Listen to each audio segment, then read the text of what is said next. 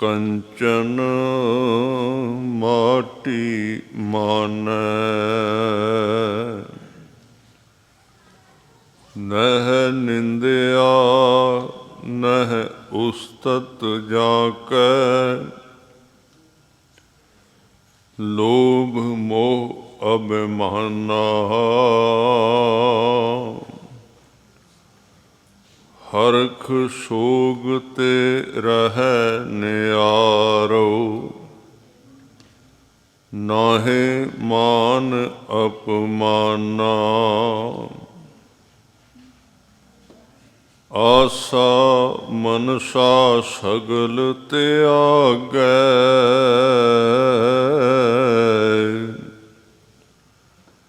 जग ते रहै निराशा।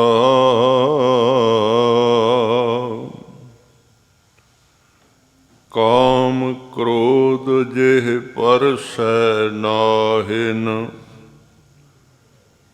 तेह घट ब्रह्म निवासा।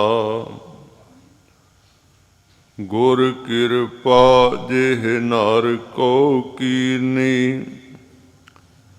तेह जुगत पछानी।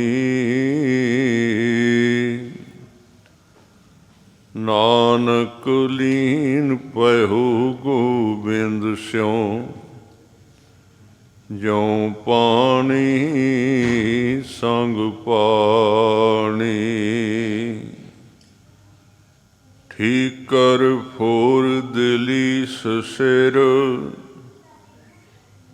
प्रभपुर किया पयान।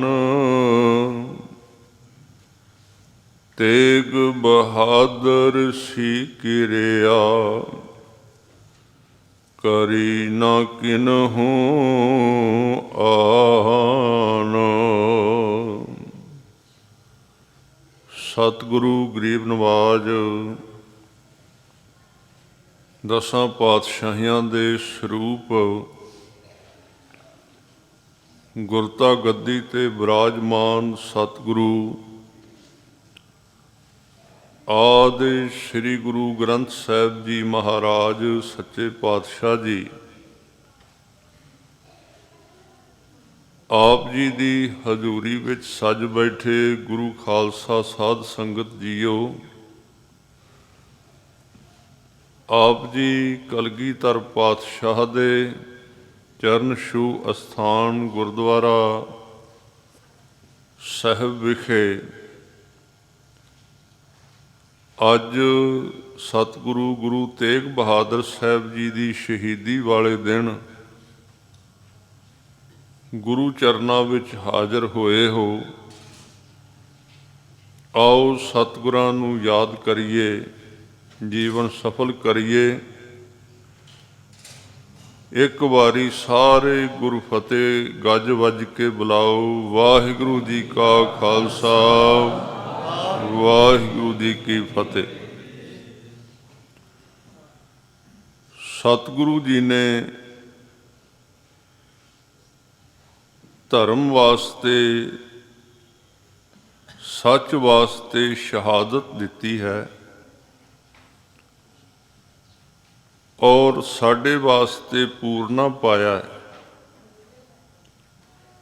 ਕਿ ਮਨੁੱਖ ਨੂੰ ਆਪਣੇ ਜਿਉਂਦੇ ਜੀ ਧਰਮ ਦੇ ਮਾਰਗ 'ਤੇ ਤੁਰਨਾ ਚਾਹੀਦਾ ਹੈ। ਚਾਂਦ ਕਵੀ ਇੱਕ ਹੋਏ ਨੇ, ਉਹ ਕਹਿੰਦੇ ਨੇ, ਚਿਤ ਚਰਨ ਕਮਲ ਕਾ ਆਸਰਾ, ਚਿਤ ਚਰਨ ਕਮਲ ਸੰਗ ਜੋੜੀਐ। ਇਹ ਬਚਨ ਭਾਵੇਂ ਬਾਣੀ ਤੋਂ ਬਾਹਰ ਨੇ, ਪਰ ਬਹੁਤ ਸਾਰੇ ਬਚਨ ਐਸੇ ਨੇ ਗੁਰੂ ਸਾਹਿਬ ਦੇ ਜਿਹੜੇ ਉਹਨਾਂ ਨੇ ਸਿੱਖਾਂ ਦੇ ਨਾਲ ਗੱਲਬਾਤ ਕਰਦਿਆਂ ਗੱਲਾਂ ਕੀਤੀਆਂ ਹਨ,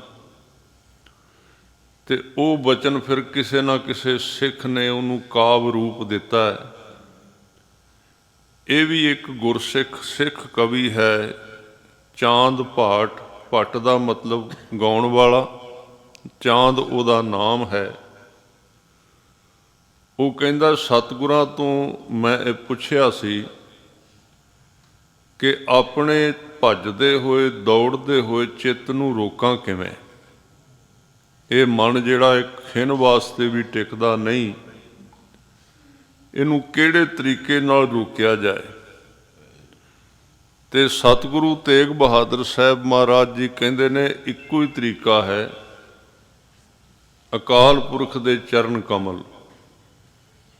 ਚਿੱਤ ਚਰਨ ਕਮਲ ਕਾ ਆਸਰਾ। ਆਸਰਾ ਕਹਿੰਦੇ ਨੇ ਜਿਵੇਂ ਉਦਾਹਰਨ ਦੇ ਤੌਰ ਤੇ ਆ ਕੈਮਰਾ ਸਾਹਮਣੇ ਤਾਂ ਖੜਾ, ਇਹਦੇ ਪੈਰ ਸਟੈਂਡ ਹੈ ਇਹਦਾ, ਸਟੈਂਡ ਨੇ ਇਹਨੂੰ ਖੜਾ ਕੀਤਾ ਹੈ। ਆ ਮੈਂ ਖੜਾ ਤੇ ਇਹਦੇ ਵੀ ਪੈਰ ਨੇ, ਮਨੁੱਖ ਖਲੋਂਦਾ ਤੇ ਉਹਦੇ ਵੀ ਪੈਰ ਨੇ, ਚਿੱਤ ਦੇ ਵੀ ਥੰਮ ਨੇ। ਜੇ ਜਿਵੇਂ ਆ ਮਕਾਨ ਖੜਾ ਹੈ, ਗੁਰਦੁਆਰਾ ਸਾਹਿਬ ਦੀ ਇਮਾਰਤ ਹੈ, ਤੇ ਗੁਰਦੁਆਰਾ ਸਾਹਿਬ ਦੀ ਇਮਾਰਤ ਦੇ ਵੀ ਬੁਨਿਆਦ ਹੈ, ਇਹਦੀ ਨੀਂਹ ਹੈ ਤੇ ਇਹਦੇ ਥੰਮ ਨੇ। ਸਤਿਗੁਰੂ ਨੇ ਹੋਰ ਥਾਵਾਂ ਤੇ ਵੀ ਬਾਣੀ ਤੇ ਇਹਦਾ ਜ਼ਿਕਰ ਕੀਤਾ, ਬਾਣੀ ਅੰਦਰ, ਕਿ ਮਨੁੱਖ ਦੀ, ਖਾਸ ਕਰਕੇ ਧਾਰਮਿਕ ਮਨੁੱਖ ਦੀ ਸਭ ਤੋਂ ਵੱਡੀ ਸਮੱਸਿਆ ਹੈ ਮਨ ਕਿਵੇਂ ਟਿਕੇ। ਇਹਨੂੰ ਅਸਥਿਰ, ਇਹਨੂੰ ਕਿਹਾ ਹੈ ਸਥਿਰਤਾ, ਮਨ ਦਾ ਟਿਕਾਵ। ਕਿਉਂਕਿ ਜਿਹੜਾ ਆਨੰਦ ਹੈ ਉਹ ਮਨ ਦੇ ਟਿਕਾਅ ਦੇ ਵਿੱਚੋਂ ਹੀ ਆਉਣਾ, ਹੋਰ ਕੋਈ ਰਸਤਾ ਨਹੀਂ ਹੈ। ਮਨ ਨੇ ਟਿਕਣਾ, ਇਕਾਗਰ ਹੋਣਾ, ਦੌੜ ਭੱਜ ਅੰਦਰ ਦੀ ਖਤਮ ਹੋਣੀ ਹੈ, ਤੇ ਤਾਂ ਅੰਦਰੋਂ ਆਨੰਦ ਦੇ ਚਸ਼ਮੇ ਫੁੱਟਣੇ ਨੇ। ਤੇ ਆਨੰਦ ਮਨੁੱਖ ਦੀ ਮੰਗ ਹੈ, ਆਨੰਦ ਹਰ ਇੱਕ ਮਨੁੱਖ ਨੂੰ ਚਾਹੀਦਾ। ਆਪਾਂ ਵੀ ਇੱਥੇ ਆਏ ਹਾਂ ਸ਼ਹੀਦੀ ਦਾ, ਤੇ ਸਿਰਫ ਅਸਾਂ ਸਹਾਰਾ ਲੈਣਾ ਹੈ, ਲੱਭਣਾ ਤੇ ਇੱਥੋਂ ਆਨੰਦ ਹੀ ਹੈ। ਤੇ ਆਨੰਦ ਆਉਣਾ ਮਨ ਦੇ ਟਿਕਣ ਨਾਲ, ਤੇ ਮਨ ਨੇ ਟਿਕਣਾ ਜਿਵੇਂ ਥੰਮ ਛੱਤ ਨੂੰ ਚੁੱਕ ਕੇ ਖਲੋਤੇ ਨੇ ਤੇ ਛੱਤ ਟਿਕਿਆ ਹੋਇਆ, ਮਨ ਨੇ ਵੀ ਇਸ ਤਰ੍ਹਾਂ ਟਿਕਣਾ ਹੈ। ਸੁਖਮਣੀ ਸਾਹਿਬ ਦੀ ਬਾਣੀ ਦੇ ਵਿੱਚ ਇੱਕ ਪੰਕਤੀ ਆਪ ਜੀ ਦੇ ਨਾਲ ਸਾਂਝੀ ਕਰਾਂ। ਜਿਉਂ ਮੰਦਰ ਕੋ ਥਾਮੈ ਥੰਮਣ, ਤਿਉਂ ਗੁਰ ਕਾ ਸ਼ਬਦ ਮਨੈ ਅਸਥੰਮਣ। ਜਿਵੇਂ ਮੰਦਰ ਨੂੰ, ਛੱਤ ਨੂੰ, ਘਰ ਨੂੰ ਥੰਮ ਚੁੱਕ ਕੇ ਰੱਖਦੇ ਨੇ, ਜਿਉਂ ਮੰਦਰ ਕੋ ਥਾਮੈ, ਮੰਦਰ ਸ਼ਬਦ ਘਰ ਵਾਸਤੇ ਵਰਤਿਆ ਗਿਆ, ਮਕਾਨ ਵਾਸਤੇ, ਮਹਿਲ ਵਾਸਤੇ ਮੰਦਰ ਸ਼ਬਦ ਵਰਤਿਆ ਜਾਂਦਾ। ਜਿਉਂ ਮੰਦਰ ਕੋ ਥਾਮੈ ਥੰਮਣ, ਥੰਮਣ ਮੈਨੇ ਥੰਮ, ਤਿਉਂ ਗੁਰ ਕਾ ਸ਼ਬਦ, ਇਸ ਤਰ੍ਹਾਂ ਗੁਰੂ ਕਾ ਸ਼ਬਦ ਮਨ ਹੈ, ਇਸ ਮਨ ਨੂੰ ਅਸਥੰਮਣ, ਅਸਥੰਭ ਦਿੰਦਾ ਹੈ, ਰੋਕਦਾ ਹੈ। ਹੁਣ ਇੱਥੋਂ ਬਾਣੀ ਵਿੱਚੋਂ ਸਪਸ਼ਟ ਹੋ ਗਿਆ ਵੀ ਮਨ ਨੂੰ ਰੋਕਣ ਵਾਲੀ ਚੀਜ਼ ਗੁਰੂ ਕਾ ਸ਼ਬਦ ਹੀ ਹੈ। ਹੁਣ ਅਗਲੀ ਗੱਲ ਇਹ ਹੈ ਵੀ ਗੁਰੂ ਕੇ ਸ਼ਬਦ ਨੂੰ, ਗੁਰੂ ਕਾ ਸ਼ਬਦ ਨਜ਼ਰ ਨਹੀਂ ਆਉਂਦਾ, ਨਾ ਬਾਣੀ ਨਜ਼ਰ ਆਉਂਦਾ, ਇਹ ਤਾਂ ਦਿਸਣ ਵਾਲੀਆਂ ਚੀਜ਼ਾਂ ਨੇ ਨਾ। ਤਾਂ ਉਹਦਾ ਫਿਰ ਆਸਰਾ ਕਿਵੇਂ ਲਿਆ ਜਾਣਾ ਹੈ? ਉਹਦਾ ਆਸਰਾ ਲੈਣ ਦੀ ਜੁਗਤ ਵੀ ਬਾਣੀ ਵਿੱਚ ਦੱਸੀ ਹੋਈ। ਉਹਨੂੰ ਗੁਰਬਾਣੀ ਦੇ ਅੰਦਰ ਸੁਰਤ ਸ਼ਬਦ ਦਾ ਰਸਤਾ ਦੱਸਿਆ ਗਿਆ ਹੈ। ਸੁਰਤੀ ਕੈ ਮਾਰਗ ਚੱਲ ਕੈ ਉਲਟੀ ਨਦਰ ਪ੍ਰਗਾਸੀ। ਸੁਰਤੀ ਦੇ ਮਾਰਗ ਤੇ ਅੰਤਰਮੁਖੀ ਹੋਣਾ ਪੈਣਾ। ਅੰਤਰਗਤ ਤੀਰਥ ਮਲ ਨਾਓ, ਆਪਣੇ ਆਪੇ ਦੇ ਵਿੱਚ ਜਾਣਾ ਪੈਣਾ। ਔਰ ਸਤਿਗੁਰੂ ਦਾ ਵੀ ਇੱਕ ਸ਼ਬਦ ਮੈਂ ਆਪ ਜੀ ਨਾਲ ਸਾਂਝਾ ਕਰਦੇ ਹਾਂ। ਉਹ ਕਹਿੰਦੇ ਜਿੰਨਾ ਚਿਰ ਗੁਰੂ ਤੇਗ ਬਹਾਦਰ ਸਾਹਿਬ ਜੀ ਕਹਿੰਦੇ ਨੇ ਕਿ ਐ ਮਨੁੱਖ, ਜਿੰਨਾ ਚਿਰ ਤੂੰ ਆਪਣੇ ਆਪੇ ਦੀ ਖੋਜ ਨਹੀਂ ਕਰਦਾ, ਤੂੰ ਪਰਮਾਤਮਾ ਦੀ ਖੋਜ ਕਰ ਹੀ ਨਹੀਂ ਸਕਦਾ। ਸਭ ਪਹਿਲੀ ਖੋਜ ਹੀ ਆਪਣੀ ਹੈ। ਪਰਮਾਤਮਾ ਤੇ ਇੱਕ ਸਿਰਫ ਆਪਾਂ ਸੁਣਿਆ ਨਾ ਵੀ ਪਰਮਾਤਮਾ ਹੈ ਵੇ, ਠੀਕ ਹੈ, ਮਨੌਤ ਸਿੱਖ ਦੀ ਪੱਕੀ ਹੋਣੀ ਚਾਹੀਦੀ ਹੈ ਵੀ ਗੁਰੂ ਨੇ ਕਿਹਾ ਅਕਾਲ ਪੁਰਖ ਹੈ, ਤੇ ਸਿੱਖ ਨੇ ਉਹਨੂੰ ਪੱਕ ਸੱਤ ਕਰਕੇ ਮੰਨਣਾ ਹੀ ਮੰਨਣਾ, ਭਾਵੇਂ ਨਜ਼ਰ ਨਹੀਂ ਆਉਂਦਾ, ਸਾਡੀ ਅੱਖ ਨਹੀਂ। ਗੁਰੂ ਨੇ ਕਿਹਾ ਹੈ ਤੇ ਹੋ ਨਹੀਂ ਸਕਦਾ, ਜਿਹੜਾ ਗੁਰੂ ਨੇ ਕਿਹਾ ਹੋਵੇ ਤੇ ਉਹ ਹੋਵੇ ਨਾ। ਇਹ ਪਹਿਲਾ ਵਿਸ਼ਵਾਸ, ਪਹਿਲਾ ਭਰੋਸਾ ਹੈ। ਪਰ ਇਹ ਵੀ ਗੱਲ ਪੱਕੀ ਹੈ, ਅੰਦਰ ਇਹ ਤੀਬਰਤਾ ਵੀ ਹੋਣੀ ਜ਼ਰੂਰੀ ਹੈ। ਜਿਹਨੂੰ ਗੁਰੂ ਨੇ ਕਿਹਾ ਹੈ ਤੇ ਮੈਂ ਮੰਨ ਲਿਆ, ਉਹਨੂੰ ਲੱਭਣ ਦੀ ਕੋਸ਼ਿਸ਼ ਵੀ ਕਰੀਏ। ਇਹ ਅਗਲਾ ਕਦਮ ਹੈ। ਜੇ ਲੱਭਦਾ ਨਹੀਂ ਫਿਰ ਆਲਸੀ ਹੈ। ਫਿਰ ਕਿਹਾ ਗੁਰੂ ਨੇ ਕਿਹਾ ਸੀ, ਮੈਂ ਮੰਨ ਲਿਆ, ਕਿੱਥੇ ਹੈ ਕਿੱਥੇ ਨਹੀਂ ਹੁਣ ਮੈਨੂੰ ਕੀ ਪਤਾ। ਮਹਾਰਾਜ ਸੱਚੇ ਪਾਤਸ਼ਾਹ ਜੀ ਨੂੰ ਪੁੱਛੀਏ, ਮਹਾਰਾਜ ਫਿਰ ਉਹਦੀ ਖੋਜ ਕਿਹੜੀ, ਅੱਖ ਕਿਹੜੀ ਜਿਹਦੇ ਨਾਲ ਉਹਨੂੰ ਵੇਖੀਦਾ? ਕਿਉਂਕਿ ਇਹ ਤਾਂ ਅੱਖਾਂ ਆਪਾਂ ਸਾਰੇ ਸੰਸਾਰ ਨੂੰ ਵੇਖ ਰਹੇ ਹਾਂ, ਇੱਥੋਂ ਤੇ ਦਿਸਦਾ ਹੈ ਨਹੀਂ, ਇਹਦੇ ਵਿੱਚੋਂ ਤੇ ਨਜ਼ਰ ਨਹੀਂ ਆਉਂਦਾ। ਤਾਂ ਗੁਰੂ ਤੇਗ ਬਹਾਦਰ ਸਾਹਿਬ ਸੱਚੇ ਪਾਤਸ਼ਾਹ ਹੀ ਆਪਣੀ ਬਾਣੀ ਦੇ ਵਿੱਚ ਸ਼ਬਦ ਕਹਿੰਦੇ, ਜੇ ਤੂੰ ਪਰਮਾਤਮਾ ਨੂੰ ਵੇਖਣਾ ਤੇ ਸਭ ਤੋਂ ਪਹਿਲਾਂ ਤੈਨੂੰ ਆਪਣੇ ਆਪ ਨੂੰ ਵੇਖਣਾ ਪਏਗਾ, ਹੋਰ ਕੋਈ ਰਸਤਾ ਨਹੀਂ ਹੈ। ਕੋਈ ਵੀ ਮਾਰਗ ਨਹੀਂ ਪਰਮਾਤਮਾ ਨੂੰ ਵੇਖਣ ਦਾ ਜਿੰਨਾ ਚਿਰ ਤੂੰ ਆਪਣੇ ਆਪ ਨੂੰ ਨਹੀਂ ਵੇਖਦਾ। ਔਰ ਇਹ ਸ਼ਬਦ ਇਹ ਵੀ ਇੱਕ ਗੁਰੂ ਸਾਹਿਬ ਨੇ ਕਿਸੇ ਸੰਨਿਆਸੀ ਦੇ ਸੰਬੰਧ ਦੇ ਵਿੱਚ ਉਹਦੇ ਨਾਲ ਗੱਲਬਾਤ ਕਰਦਿਆਂ ਉਚਾਰਿਆ। ਉਹ ਵੀ ਖੋਜ ਕਰਦਾ ਸੀ ਪਰਮਾਤਮਾ ਦੀ, ਤੇ ਸਤਿਗੁਰੂ ਤੇਗ ਬਹਾਦਰ ਸਾਹਿਬ ਉਹਨੇ ਜਦੋਂ ਉਪਦੇਸ਼ ਮੰਗਿਆ, ਕਿਉਂਕਿ ਗੁਰੂ ਸਾਹਿਬ ਦੇ ਕੋਲ ਕੇਵਲ ਸਿੱਖ ਮੱਤ ਦੇ ਲੋਕ ਨਹੀਂ ਸਨ ਆਉਂਦੇ, ਅਨ ਮੱਤਾਂ ਦੇ ਲੋਕ ਵੀ ਬਹੁਤ ਸਾਰੇ ਗੁਰੂ ਸਾਹਿਬ ਕੋਲ ਆਉਂਦੇ ਸਨ। ਗੁਰੂ ਸਾਹਿਬ ਦਾ ਜਿਹੜਾ ਸਰੀਰਕ ਕਾਲ ਸੀ ਨਾ, ਉਹ ਬੜਾ ਸੁਨਹਿਰੀ ਸੀ। ਹੁਣ ਤਾਂ ਵੇਖੋ ਅਸੀਂ ਸੀਮਤ ਕਰ ਦਿੱਤਾ ਨਾ, ਹੁਣ ਤਾਂ ਸਿੱਖਾਂ ਦੇ ਦੀਵਾਨਾਂ ਦੇ ਵਿੱਚ ਵੀ ਵੰਡੀਆਂ ਪੈ ਗਈਆਂ ਨੇ ਵੀ ਆਹ ਦੀਵਾਨ ਫਲਾਣੇ ਦਾ, ਆਹ ਦੀਵਾਨ ਫਲਾਣੇ ਦਾ। ਤੁਸੀਂ ਹੈਰਾਨ ਹੋਵੋਗੇ, ਅਸੀਂ ਵਿਦੇਸ਼ ਵਿੱਚ ਕਥਾ ਕਰਨ ਵਾਸਤੇ ਜਾਂਦੇ ਹਾਂ, ਉੱਥੇ ਸਾਨੂੰ ਤਾਂ ਪਤਾ ਨਹੀਂ ਹੁਣ ਕੌਣ ਕਿਹੜਾ ਬੰਦਾ ਹੈ ਤੇ ਕਿਹਨੂੰ ਸੁਣਦਾ ਹੈ। ਉੱਥੇ ਸੰਗਤ ਤੋਂ ਸੁਣ ਕੇ ਹੈਰਾਨ ਹੋ ਜੀਦਾ ਵੀ ਫਲਾਣਾ ਬੰਦਾ ਜਿੱਦਣ ਦੇ ਤੁਸੀਂ ਆਏ ਹੋ ਗੁਰਦੁਆਰੇ ਵੇਖਿਆ ਨਹੀਂ। ਮੈਂ ਕਿਹਾ ਵੀ ਸਾਨੂੰ ਤਾਂ ਹੁਣ ਪਹਿਚਾਣ ਕੋਈ ਨਹੀਂ। ਉਹ ਕਹਿੰਦੇ ਨਹੀਂ, ਉਹ ਭਾਈ ਸਾਹਿਬ ਉਹ ਹੋਰ ਬੰਦੇ ਸਿੰਘ ਕਥਾਵਾਚਕ ਦੀ ਕਥਾ ਸੁਣਦੇ ਨੇ, ਉਹ ਜਦੋਂ ਉਹ ਆਉਣ ਉਦੋਂ ਹੀ ਆਉਂਦੇ ਨੇ, ਹੋਰ ਕਿਸੇ ਦੀ ਕਥਾ ਹੀ ਨਹੀਂ ਸੁਣਦੇ। ਉਹ ਅਸੀਂ ਤਾਂ ਇਹਨੂੰ ਇੰਨਾ ਤਕਸੀਮ ਕਰ ਦਿੱਤਾ, ਇੰਨਾ ਵੰਡ ਦਿੱਤਾ। ਪਰ ਗੁਰੂ ਦਾ ਜਿਹੜਾ ਦਰਬਾਰ ਸੀ, ਇਹਦੇ ਵਿੱਚ ਮੁਸਲਮਾਨ ਫਕੀਰ ਵੀ ਆਉਂਦਾ ਸੀ, ਆਮ ਮੁਸਲਮਾਨ ਵੀ ਆਉਂਦਾ ਸੀ, ਤੇ ਇਹਦੇ ਵਿੱਚ ਜੋਗੀ ਵੀ ਆਉਂਦਾ ਸੀ, ਇਹਦੇ ਵਿੱਚ ਸਿੱਧ ਹਿੰਦੂ ਜਿੰਨੇ ਤਰ੍ਹਾਂ ਦੇ ਲੋਕ ਸਨ ਗੁਰੂ ਸਾਹਿਬ ਤੋਂ ਉਪਦੇਸ਼ ਆ ਕੇ ਮੰਗਦੇ ਸੀ। ਪਰ ਅੱਜ ਤੇ ਸਿੱਖਾਂ ਨੇ ਸਿੱਖਾਂ ਵਾਸਤੇ ਵੀ ਦਰਵਾਜ਼ੇ ਬੰਦ ਕਰ ਦਿੱਤੇ ਨੇ ਅਲੱਗ-ਅਲੱਗ। ਤਾਂ ਹੀ ਤੇ ਸਾਡੇ ਤੇ ਖੁਸ਼ੀ ਨਹੀਂ ਮਹਾਰਾਜ ਸੱਚੇ ਪਾਤਸ਼ਾਹ ਜੀ ਦੀ। ਉਹ ਦੀਵਾਨ ਬੜੇ ਅਜੀਬ ਸਨ, ਜਿਨ੍ਹਾਂ ਦੇ ਵਿੱਚ ਗੁਰਸਿੱਖ ਵੀ ਬੈਠੇ ਹੁੰਦੇ ਸਨ, ਜਿਨ੍ਹਾਂ ਦੇ ਵਿੱਚ ਸੂਫੀ ਫਕੀਰ ਵੀ ਆ ਕੇ ਬਹਿੰਦੇ ਸਨ, ਜਿਨ੍ਹਾਂ ਵਿੱਚ ਆਣ ਕੇ ਸਿੱਧ ਜੋਗੀ ਵੀ ਆਣ ਕੇ ਬੈਠ ਜਾਂਦੇ ਸਨ। ਔਰ ਸ਼ਬਦ ਦੱਸਦੇ ਨੇ, ਤੁਸੀਂ ਬਾਣੀ ਪੜ੍ਹ ਕੇ ਵੇਖ ਲਓ, ਬਾਣੀ ਦੇ ਵਿੱਚ ਸਿੱਧ ਗੋਸ਼ਟ ਸ਼ਬਦ ਇਹ ਦੱਸਦਾ, ਗੁਰੂ ਨੇ ਸਿੱਧਾਂ ਦੇ ਨਾਲ ਵੀ ਗੋਸ਼ਟੀ ਗੱਲਬਾਤ ਕੀਤੀ ਹੈ। ਬਾਣੀ ਦੇ ਵਿੱਚ ਕਿਸੇ ਮੁਸਲਮਾਨ ਨਾਲ ਵੀ ਗੱਲ ਕਰਦੇ ਨੇ ਤਾਂ ਉੱਥੇ ਵੀ ਮਹਾਰਾਜ ਗੁਰੂ ਨਾਨਕ ਸਾਹਿਬ ਜੀ ਕਹਿੰਦੇ ਨੇ, ਮੁਸਲਮਾਨ ਕਹਾਵਣ ਮੁਸ਼ਕਲ, ਜੇ ਹੋਏ ਤਾਂ ਮੁਸਲਮਾਨ ਕਹਾਵੇ। ਐ ਭਾਈ ਮੁਸਲਮਾਨ ਕਹਾਉਣਾ ਬੜਾ ਔਖਾ ਹੈ, ਬਣਨਾ ਬੜਾ ਔਖਾ ਹੈ। ਮੁਸਲਮਾਨ ਕਹਾਵਣ ਮੁਸ਼ਕਲ, ਹੋਏ ਤਾਂ ਮੁਸਲਮਾਨ ਕਹਾਵੇ। ਅਵਲ ਔਲ ਦੀਨ ਕਰ ਮਿੱਠਾ, ਮਸਕਲ ਮਾਨਾ ਮਾਲ ਮੁਸਾਵੈ। ਅਵਲ ਮੈਨੇ ਸਭ ਤੋਂ ਪਹਿਲਾਂ, ਅਵਲ ਔਲ ਅੱਲਾ ਅਕਾਲ ਪੁਰਖ ਵਾਹਿਗੁਰੂ, ਦੀਨ ਕਰ ਮਿੱਠਾ, ਅਕਾਲ ਪੁਰਖ ਦੇ ਧਰਮ ਨੂੰ ਮਿੱਠਾ ਕਰਕੇ ਮੰਨੇ।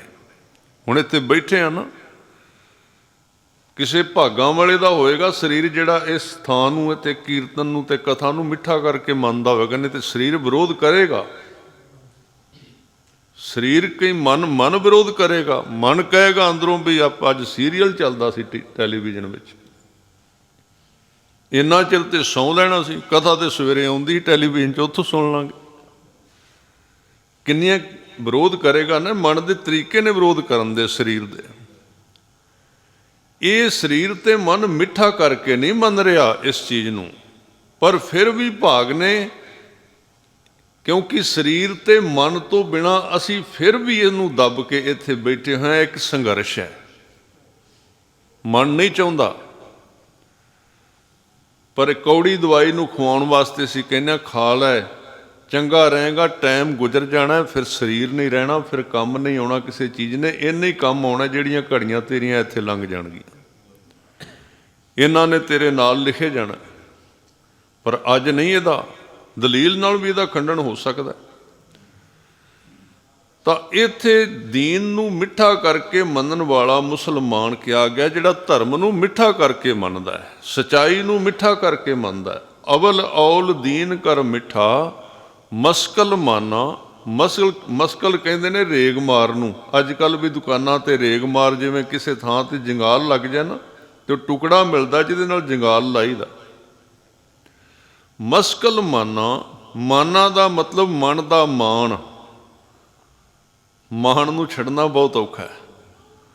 ਮਸਕਲ ਮਾਨਾ ਮਾਲ ਮੁਸਾਵੈ, ਮਨ ਦੇ ਉੱਤੇ ਲੱਗੀ ਹੋਈ ਮਾਇਆ ਦੇ ਮੋਹ ਦੀ ਮੈਲ ਜਿਹੜੀ ਜੰਗਾਲ ਹੈ, ਉਹਨੂੰ ਪਰਮਾਤਮਾ ਦੇ ਪਿਆਰ ਦੇ ਨਾਲ ਲਾਏ, ਫਿਰ ਉਹ ਮੁਸਲਮਾਨ ਹੈ।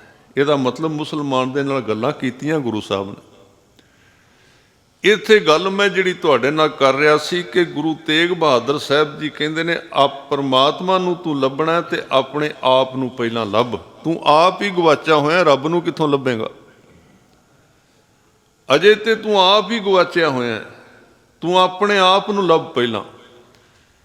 ਇਸ ਲਈ ਉਹ ਸੰਨਿਆਸੀ ਨਾਲ ਗੱਲ ਕਰਦੇ ਨੇ, ਤੇ ਸੰਨਿਆਸੀ ਨਾਲ ਗੱਲ ਕਰਦੇ ਹੋਏ ਕਹਿੰਦੇ ਨੇ, ਕਾਹੇ ਰੇ ਬਨ ਖੋਜਨ ਜਾਈ। ਤੂੰ ਕਿੱਧਰ ਲੱਭਦਾ ਫਿਰਨਾ ਰੱਬ ਨੂੰ? ਕਿਉਂਕਿ ਗਲਤ ਥਾਂ ਤੋਂ ਕੋਈ ਚੀਜ਼ ਨਹੀਂ ਲੱਭਦੀ। ਆਪਾਂ ਹੁਣ ਕਥਾ ਸੁਣਨੀ ਹੈ ਨਾ, ਕੀਰਤਨ ਸੁਣਨਾ ਹੈ, ਤੇ ਇੱਥੋਂ ਮਿਲੇਗੀ। ਜੇ ਕੋਈ ਹੋਰ ਕਿਸੇ ਐਡਰੈਸ ਤੇ ਤੁਸੀਂ ਚਲੇ ਜਾਏ, ਉੱਥੋਂ ਨਹੀਂ ਮਿਲੇਗਾ, ਥਾਂ ਤੋਂ ਮਿਲੇਗਾ। ਥਾਂ ਤੇ ਜਾਣਾ ਪਏਗਾ। ਥਾਂ ਦੀ ਬੜੀ ਵੱਡੀ ਮਹੱਤਤਾ ਹੈ। ਜਿਹੜੀ ਚੀਜ਼ ਜਿਹੜੀ ਦੁਕਾਨ ਤੇ ਵਿਕਦੀ ਹੈ, ਉੱਥੇ ਜਾ ਕੇ ਮਿਲੇਗੀ, ਹੋਰ ਕਿਸੇ ਥਾਂ ਤੇ ਨਹੀਂ ਮਿਲ ਸਕਦੀ। ਕਾਹੇ ਰੇ ਬਨ ਖੋਜਨ ਜਾਈ। ਬਨ ਦੇ ਅਰਥ ਨੇ ਜੰਗਲ, ਤੇ ਜੇ ਇਹਨੂੰ ਪਰਿਆਇਵਾਚੀ ਵਿੱਚ ਲੈ ਕੇ ਜਾਓ, ਯਾਨੀ ਕਿ ਅਰਥਾਂ ਨੂੰ ਹੋਰ ਵਧਾਓ ਅੱਗੇ, ਇਹਦਾ ਅਰਥ ਹੋਏਗਾ ਗੁਰੂ ਤੋਂ ਬਿਨਾਂ ਹੋਰ ਜਿੱਥੋਂ ਮਰਜ਼ੀ ਰੱਬ ਨੂੰ ਲੱਭ ਲੈ, ਤੈਨੂੰ ਪਰਮਾਤਮਾ ਨਹੀਂ ਕਦੀ ਮਿਲਣਾ। ਕਾਹੇ ਰੇ ਬਨ ਖੋਜਨ ਜਾਈ। ਬਨ ਮੈਨੇ ਜੰਗਲ, ਬਨ ਮੈਨੇ ਸੰਸਾਰ। ਜੰਗਲ ਤੇ ਸੰਸਾਰ ਦੇ ਇੱਕੋ ਅਰਥ ਨੇ ਬਾਣੀ ਦੇ ਵਿੱਚ। ਸੰਸਾਰ ਨੂੰ ਵੀ ਜੰਗਲ ਕਿਹਾ ਹੈ। ਬਨ ਪਿਹਾਵਲੇ ਇੱਕ ਸਾਥੀ ਲੱਦਮ, ਦੁੱਖ ਹਰਤਾ ਹਰ ਨਾਮਾ। ਘੋਲ ਘੁਮਾਈ ਤਿਸ ਮਿੱਤਰ ਵਿਚੋਲੇ, ਜੇ ਮਿਲ ਕੰਤ ਪਛਾਨਾ। ਇਹਨੂੰ ਬਨ ਕਿਹਾ ਜੰਗਲ ਨੂੰ, ਸੰਸਾਰ ਨੂੰ। ਬਾਣੀ ਹੈ ਨਾ, ਜੰਗਲ ਦੇ ਵਿੱਚ ਬੰਦਾ ਇੱਕ ਵਾਰੀ ਇੱਕ ਪਾਸਿਓਂ ਵੜ ਜਾਏ ਤੇ ਜਿਹੜਾ ਤੇ ਜਾਣਕਾਰ ਉਹ ਤੇ ਪਰਤ ਕੇ ਵਾਪਸ ਮੁੜ ਜਾਂਦਾ, ਦੂਜੇ ਤੋਂ ਵਾਪਸ ਨਹੀਂ ਆ ਜਾਂਦਾ, ਵਿੱਚ ਰਾਹ ਭੁੱਲ ਜਾਂਦਾ। ਤੇ ਆਪਣੇ ਨਾਲ ਕੀ ਬਣਿਆ? ਸਾਰੇ ਝਾਤੀ ਮਾਰੀਏ। ਜਨਮ ਹੋਇਆ ਸੀ, 5-6 ਸਾਲਾਂ ਦੇ ਥੋੜ੍ਹੀ ਜਿਹੀ ਹੋਸ਼ ਆਈ, ਗੱਲਾਂ ਬਾਤਾਂ ਸਿੱਖੀਆਂ, ਪਤਾ ਲੱਗਾ ਪੜ੍ਹਾਈ ਹੈ, ਸਕੂਲ ਹੈ, ਫਲਾਣਾ ਹੈ, ਚਾਚਾ ਹੈ, ਤਾਇਆ ਹੈ। ਜਿਉਂ ਵੜਿਆ ਜੰਗਲ ਵਿੱਚ 50-60 ਸਾਲਾਂ ਦੀ ਉਮਰ ਹੋ ਗਈ, ਅਗਾਂ ਹੀ ਅਗਾਂ ਤੁਰੇ ਜਾਂਦੇ, ਪਰਤ ਕੇ ਨਿਕਲਣ ਦਾ ਰਾਹ ਹੀ ਭੁੱਲ ਗਿਆ, ਕਿੱਥੋਂ ਨਿਕਲਣਾ ਇਹਦੇ ਵਿੱਚ। ਰਾਹ ਭੁੱਲ ਗਏ ਆਪਾਂ। ਔਰ ਬਾਣੀ ਬੜੀ ਅਜੀਬ ਗੱਲਾਂ ਕਰਦੀ। ਬਾਣੀ ਕਹਿੰਦੀ ਹੈ ਕਿ ਗੁਰੂ ਕੀ ਕਰਦਾ ਹੈ? ਗੁਰੂ ਮਨੁੱਖ ਨੂੰ ਕਹਿੰਦਾ ਹੈ ਕਿ ਤੂੰ ਜਿਹੜੇ ਪਾਸੇ ਨੂੰ ਜਾ ਰਿਹਾ, ਹੁਣ ਵਾਪਸ ਮੋੜ ਕੱਟ, ਪਿੱਛੇ ਨੂੰ ਜਾ। ਭੁੱਲੇ ਹੋਏ ਨੂੰ ਰਾਹ ਦੱਸਦਾ ਗੁਰੂ। ਇਸ ਲਈ ਮਹਾਰਾਜ ਦੇ ਸ਼ਬਦ ਸਧਾਰਨ ਲੱਗਣਗੇ, ਸਾਡੇ ਮੂੰਹ ਚੜ ਜਾਂਦੇ, ਪਰ ਅਰਥ ਇਹਦੇ ਬੜੇ ਡੂੰਘੇ ਨੇ। ਜਿਹੜਾ ਜੰਗਲ ਵਿੱਚ ਗਵਾਚ ਗਿਆ ਸੀ, ਉਹਨੂੰ ਕਿਹਾ ਭੂਲੇ ਮਾਰਗ ਜਿਨ੍ਹਾਂ ਬਤਾਇਆ, ਐਸਾ ਗੁਰ ਵਡਭਾਗੀ ਪਾਇਆ। ਤੂੰ ਭੁੱਲ ਗਿਆ। ਭੁੱਲ ਤਾਂ ਗਿਆ, ਤੂੰ ਜੰਗਲ ਵਿੱਚ ਵੜ ਗਿਆ, ਤੂੰ ਸੰਸਾਰ ਵਿੱਚ ਵੜ ਗਿਆ, ਤੂੰ ਗ੍ਰਸਤ ਵਿੱਚ ਵੜ ਗਿਆ, ਤੂੰ ਬੱਚਿਆਂ ਦੇ ਵਿੱਚ, ਕੰਮ ਦੇ ਵਿੱਚ, ਧੰਦੇ ਦੇ ਵਿੱਚ ਇੰਨਾ ਖੁੱਭ ਗਿਆ, ਤੈਨੂੰ ਵਾਪਸ ਮੁੜਨਾ ਭੁੱਲ ਹੀ ਗਿਆ। ਗੁਰੂ ਕਹਿੰਦਾ ਨਹੀਂ ਜੰਗਲ ਵਿੱਚ ਨਾ ਜਾ, ਸੰਸਾਰ ਵਿੱਚ ਨਾ ਜਾ, ਪਰ ਉਹ ਕਹਿੰਦੇ ਪਿੱਛੇ ਨਿਸ਼ਾਨੀਆਂ ਲਾਉਂਦਾ ਜਾ ਵੀ ਸ਼ਾਮ ਨੂੰ ਵਾਪਸ ਮੁੜ ਜਾਏ। ਨਿਤਨੇਮ ਦਾ ਅਰਥ ਕੀ ਹੈ? ਦੋਵੇਂ ਟਾਈਮ ਨਿਤਨੇਮ ਦਾ ਅਰਥ ਕੀ ਹੈ? ਕਿ ਬੰਦਾ ਸੰਸਾਰ ਵਿੱਚ ਡੂੰਘਾ ਨਾ ਚਲਾ ਜਾਏ। ਜੇ ਸਵੇਰੇ ਗਿਆ ਤੇ ਸ਼ਾਮ ਨੂੰ ਫਿਰ ਇੱਕ ਵਾਰੀ ਨਿਕਲ ਆਵੇ ਰਹਿਰਾਸ ਸਾਹਿਬ ਦੇ ਟਾਈਮ। ਸੰਸਾਰ ਤੋਂ ਬਾਹਰ ਰਹਿ, ਸੰਸਾਰ ਦੇ ਕੰਢੇ ਤੇ ਰਵੇ, ਤੇ ਰਾਤ ਆਰਾਮ ਕਰੇ, ਤੇ ਸਵੇਰੇ ਨਿਤਨੇਮ ਕਰੇ, ਤੇ ਫਿਰ ਚਲਾ ਜਾਏ ਸੰਸਾਰ ਦੇ ਵਿੱਚ। ਜਾਣ ਤੋਂ ਨਹੀਂ ਰੋਕਦੇ ਮਹਾਰਾਜ ਸੱਚੇ ਪਾਤਸ਼ਾਹ ਜੀ, ਰੋਕਦੇ ਨੇ ਗਵਾਚਣ ਤੋਂ। ਜਦੋਂ ਗਵਾਚਦਾ ਉਦੋਂ ਪਾਪ ਸ਼ੁਰੂ ਹੁੰਦਾ ਹੈ। ਜਾਣ ਨਾਲ ਕੋਈ ਹਰਜ ਨਹੀਂ ਸੰਸਾਰ ਦੇ ਵਿੱਚ, ਜਦੋਂ ਗਵਾਚੇਗਾ ਉਦੋਂ ਪਾਪ ਸ਼ੁਰੂ ਹੋਏਗਾ। ਨਿਤਨੇਮ ਦੇ ਅਰਥ ਇਹ ਹਨ ਜਿਵੇਂ ਸਰੋਵਰ ਵਿੱਚ ਵੜਨ ਵਾਲਾ ਅਣਜਾਣ ਵਿਅਕਤੀ ਜਿਹਨੂੰ ਤਰਨਾ ਨਹੀਂ ਆਉਂਦਾ, ਸਰੋਵਰ ਦੇ ਉੱਤੇ ਲੱਗੇ ਹੋਏ ਸੰਗਲਾਂ ਨੂੰ ਫੜ ਕੇ ਇਸ਼ਨਾਨ ਕਰਕੇ ਫਿਰ ਕੰਢੇ ਤੇ ਆ ਜਾਂਦਾ ਹੈ, ਨਿਤਨੇਮ ਉਹ ਸੰਗਲ ਹੈ ਜਿਹੜਾ ਮਨੁੱਖ ਨੂੰ ਇਸ ਜੰਗਲ ਵਿੱਚੋਂ ਵਾਪਸ ਲੈ ਆਉਂਦਾ, ਬਾਹਰ ਕੱਢ ਕੇ। ਫਿਰ ਇੱਕ ਵਾਰੀ ਬਾਹਰ ਆ ਜਾਏਗਾ। ਤਾਂ ਉਹ ਗੁਰੂ ਸਾਹਿਬ ਨੂੰ ਇਹ ਇਤਰਾਜ਼ ਹੈ ਕਿ ਇਹ ਵਿੱਚ ਹੀ ਚੱਲ ਜਾ ਰਿਹਾ, ਪਿੱਛੇ ਮੁੜਦਾ ਹੀ ਨਹੀਂ, ਵਾਪਸ ਆਉਂਦਾ ਹੀ ਨਹੀਂ। ਜਿਉਂ ਗਿਆ ਇਹ ਗ੍ਰਸਤ ਬਣਾਇਆ ਸੀ, ਅਸੀਂ ਕਹਿੰਦੇ ਹਾਂ ਗੁਰੂ ਸਾਹਿਬ ਨੇ ਗ੍ਰਸਤੀ ਬਣਾਇਆ ਸਿੱਖ ਨੂੰ, ਪਰ ਸਾਡੇ ਲੋਕਾਂ ਨੇ ਗ੍ਰਸਤ ਦਾ ਪ੍ਰਚਾਰ ਹੀ ਇੰਨਾ ਕਰ ਦਿੱਤਾ ਵੀ ਜਿਹੜਾ ਗ੍ਰਸਤੀ ਹੁੰਦਾ ਉਹ ਹੀ ਸਿੱਖ ਹੁੰਦਾ, ਦੂਜਾ ਸਿੱਖ ਹੀ ਨਹੀਂ ਹੁੰਦਾ। ਗ੍ਰਸਤ ਚੰਗੀ ਚੀਜ਼ ਸੀ, ਪਰ ਇੱਦਾਂ ਦੇ ਗ੍ਰਸਤੀ ਥੋੜ੍ਹਾ ਬਣਾਇਆ ਸੀ ਮਹਾਰਾਜ ਸਾਨੂੰ ਜਿਵੇਂ ਦੇ ਅਸੀਂ ਬਣ ਗਏ। ਹੁਣ ਗੁਰੂ ਤੇਗ ਬਹਾਦਰ ਸਾਹਿਬ ਨੇ ਥੋੜ੍ਹਾ ਜਿਹਾ ਗ੍ਰਸਤ ਤੋਂ ਕਿਨਾਰਾ ਕੀਤਾ ਹੈ, ਉਹਨਾਂ ਦਾ ਇਤਿਹਾਸ ਪੜ੍ਹ ਕੇ ਵੇਖੋ। ਗ੍ਰਸਤ ਤੋਂ ਕਿਨਾਰਾ ਕੀਤਾ ਹੈ। ਜੇ ਉਹਨਾਂ ਦਾ ਜਨਮ ਪੜ੍ਹਦੇ ਹੋ, ਗੁਰੂ ਕੇ ਮਹਿਲ ਹੁੰਦਾ ਹੈ, ਤੇ 9 ਸਾਲ ਦੀ ਉਮਰ ਦੇ ਵਿੱਚ ਵੀ ਮਾਤਾ ਜੀ ਗੁਰੂ ਤੇਗ ਬਹਾਦਰ ਸਾਹਿਬ ਦੇ ਮਾਤਾ ਨਾਨਕੀ ਜੀ ਆਪਣੇ ਪੁੱਤਰ ਤੋਂ ਬੜੇ ਚਿੰਤਿਤ ਰਹਿੰਦੇ ਨੇ, ਔਰ ਵਾਰ-ਵਾਰ ਆਪਣੇ ਪਤੀ ਯਾਨੀ ਕਿ ਗੁਰੂ ਤੇਗ ਬਹਾਦਰ ਸਾਹਿਬ ਜੀ ਦੇ ਪਿਤਾ ਗੁਰੂ ਹਰਗੋਬਿੰਦ ਸਾਹਿਬ ਜੀ ਨੂੰ ਕਈ ਵਾਰੀ ਇਕੱਲਿਆਂ ਬੈਠਿਆਂ ਨੂੰ ਵੇਖ ਕੇ ਆਣ ਕੇ ਆਪਣੀ ਚਿੰਤਾ ਜ਼ਾਹਿਰ ਕਰਦੇ ਨੇ ਕਿ ਮੇਰਾ ਪੁੱਤਰ ਤੇਗ ਬਹਾਦਰ, ਤਿਆਗਮੱਲ ਉਦੋਂ ਨਾਂ ਲਿਖਿਆ ਹੋਇਆ, ਮੇਰਾ ਪੁੱਤਰ ਦੁਨੀਆ ਵਿੱਚ ਨਹੀਂ ਵਿਚਰਦਾ, ਲੋਕਾਂ ਨੂੰ ਨਹੀਂ ਮਿਲਦਾ। ਬਾਕੀ ਦੇ ਤੁਹਾਡੇ 4 ਪੁੱਤਰ ਨੇ, ਸਾਰੇ ਆਈ ਗਈ ਸੰਗਤ ਦੇ ਮਸੰਦਾਂ ਨੂੰ, ਜਿਹੜੇ ਉਹਨਾਂ ਦੇ ਆਗੂ ਸੀ, ਉਹਨਾਂ ਨੂੰ ਮਿਲਦੇ ਨੇ। ਤੇ ਮਾਂ ਨੂੰ ਫਿਕਰ ਹੈ ਬੜਾ, ਮਾਂ ਨੂੰ ਇਹ ਫਿਕਰ ਹੈ ਵੀ ਕਿਤੇ ਇਹ ਲੋਕਾਂ ਨਾਲ ਮਿਲਦਾ ਨਹੀਂ, ਕੱਲ੍ਹ ਨੂੰ ਇਹਦਾ ਕੀ ਬਣੇਗਾ। ਕੱਲ੍ਹ ਤੇ ਬੰਦਾ ਹਰ ਇੱਕ ਨੂੰ ਚਿੰਤਾ ਹੁੰਦੀ ਹੈ ਨਾ, ਬਈ ਸਿੱਖਾਂ ਨਾਲ ਮੇਲ ਮਿਲਾਪ ਨਹੀਂ ਕਰਦਾ। ਇਹ ਹੈ ਵੀ ਇਸ ਤਰ੍ਹਾਂ ਹੀ ਸੀ। ਗੁਰੂ ਸਾਹਿਬ, ਗੁਰੂ ਤੇਗ ਬਹਾਦਰ ਸਾਹਿਬ ਜੀ ਸ਼ੁਰੂ ਤੋਂ ਲੈ ਕੇ ਜਿੱਥੇ ਕਈ ਵਾਰੀ ਬਹਿੰਦੇ ਸਨ, ਕਿੰਨਾ ਚਿਰ ਉੱਥੇ ਬੈਠੇ ਰਹਿੰਦੇ ਸੀ। ਕਈ ਵਾਰੀ 2-2 ਦਿਨ ਕਿਸੇ ਨਾਲ ਬੋਲਦੇ ਨਹੀਂ ਸਨ, ਔਰ ਰੋਟੀ ਤੇ ਜਿਹੜੀ ਹੈ ਤੇ ਮਾਤਾ ਆਖ ਕੇ ਧੱਕੇ ਨਾਲ ਖਵਾਉਂਦੀ ਸੀ ਗੁਰੂ ਤੇਗ ਬਹਾਦਰ ਸਾਹਿਬ ਜੀ ਨੂੰ। ਵਿਰਾਗ ਵਿੱਚ ਰਹਿੰਦੇ ਸੀ, ਵਿਰਾਗ ਉਹਨਾਂ ਦੀ ਖੁਰਾਕ ਸੀ ਦਿਨ ਰਾਤ। ਇਸ ਤਰ੍ਹਾਂ ਦਾ ਸੁਭਾਅ ਸੀ ਉਹਨਾਂ ਦਾ। ਤੇ ਪਿਤਾ ਨੂੰ ਆ ਕੇ ਕਹਿੰਦੀ ਸੀ, ਪਿਤਾ ਨੂੰ ਪਤਾ ਸੀ,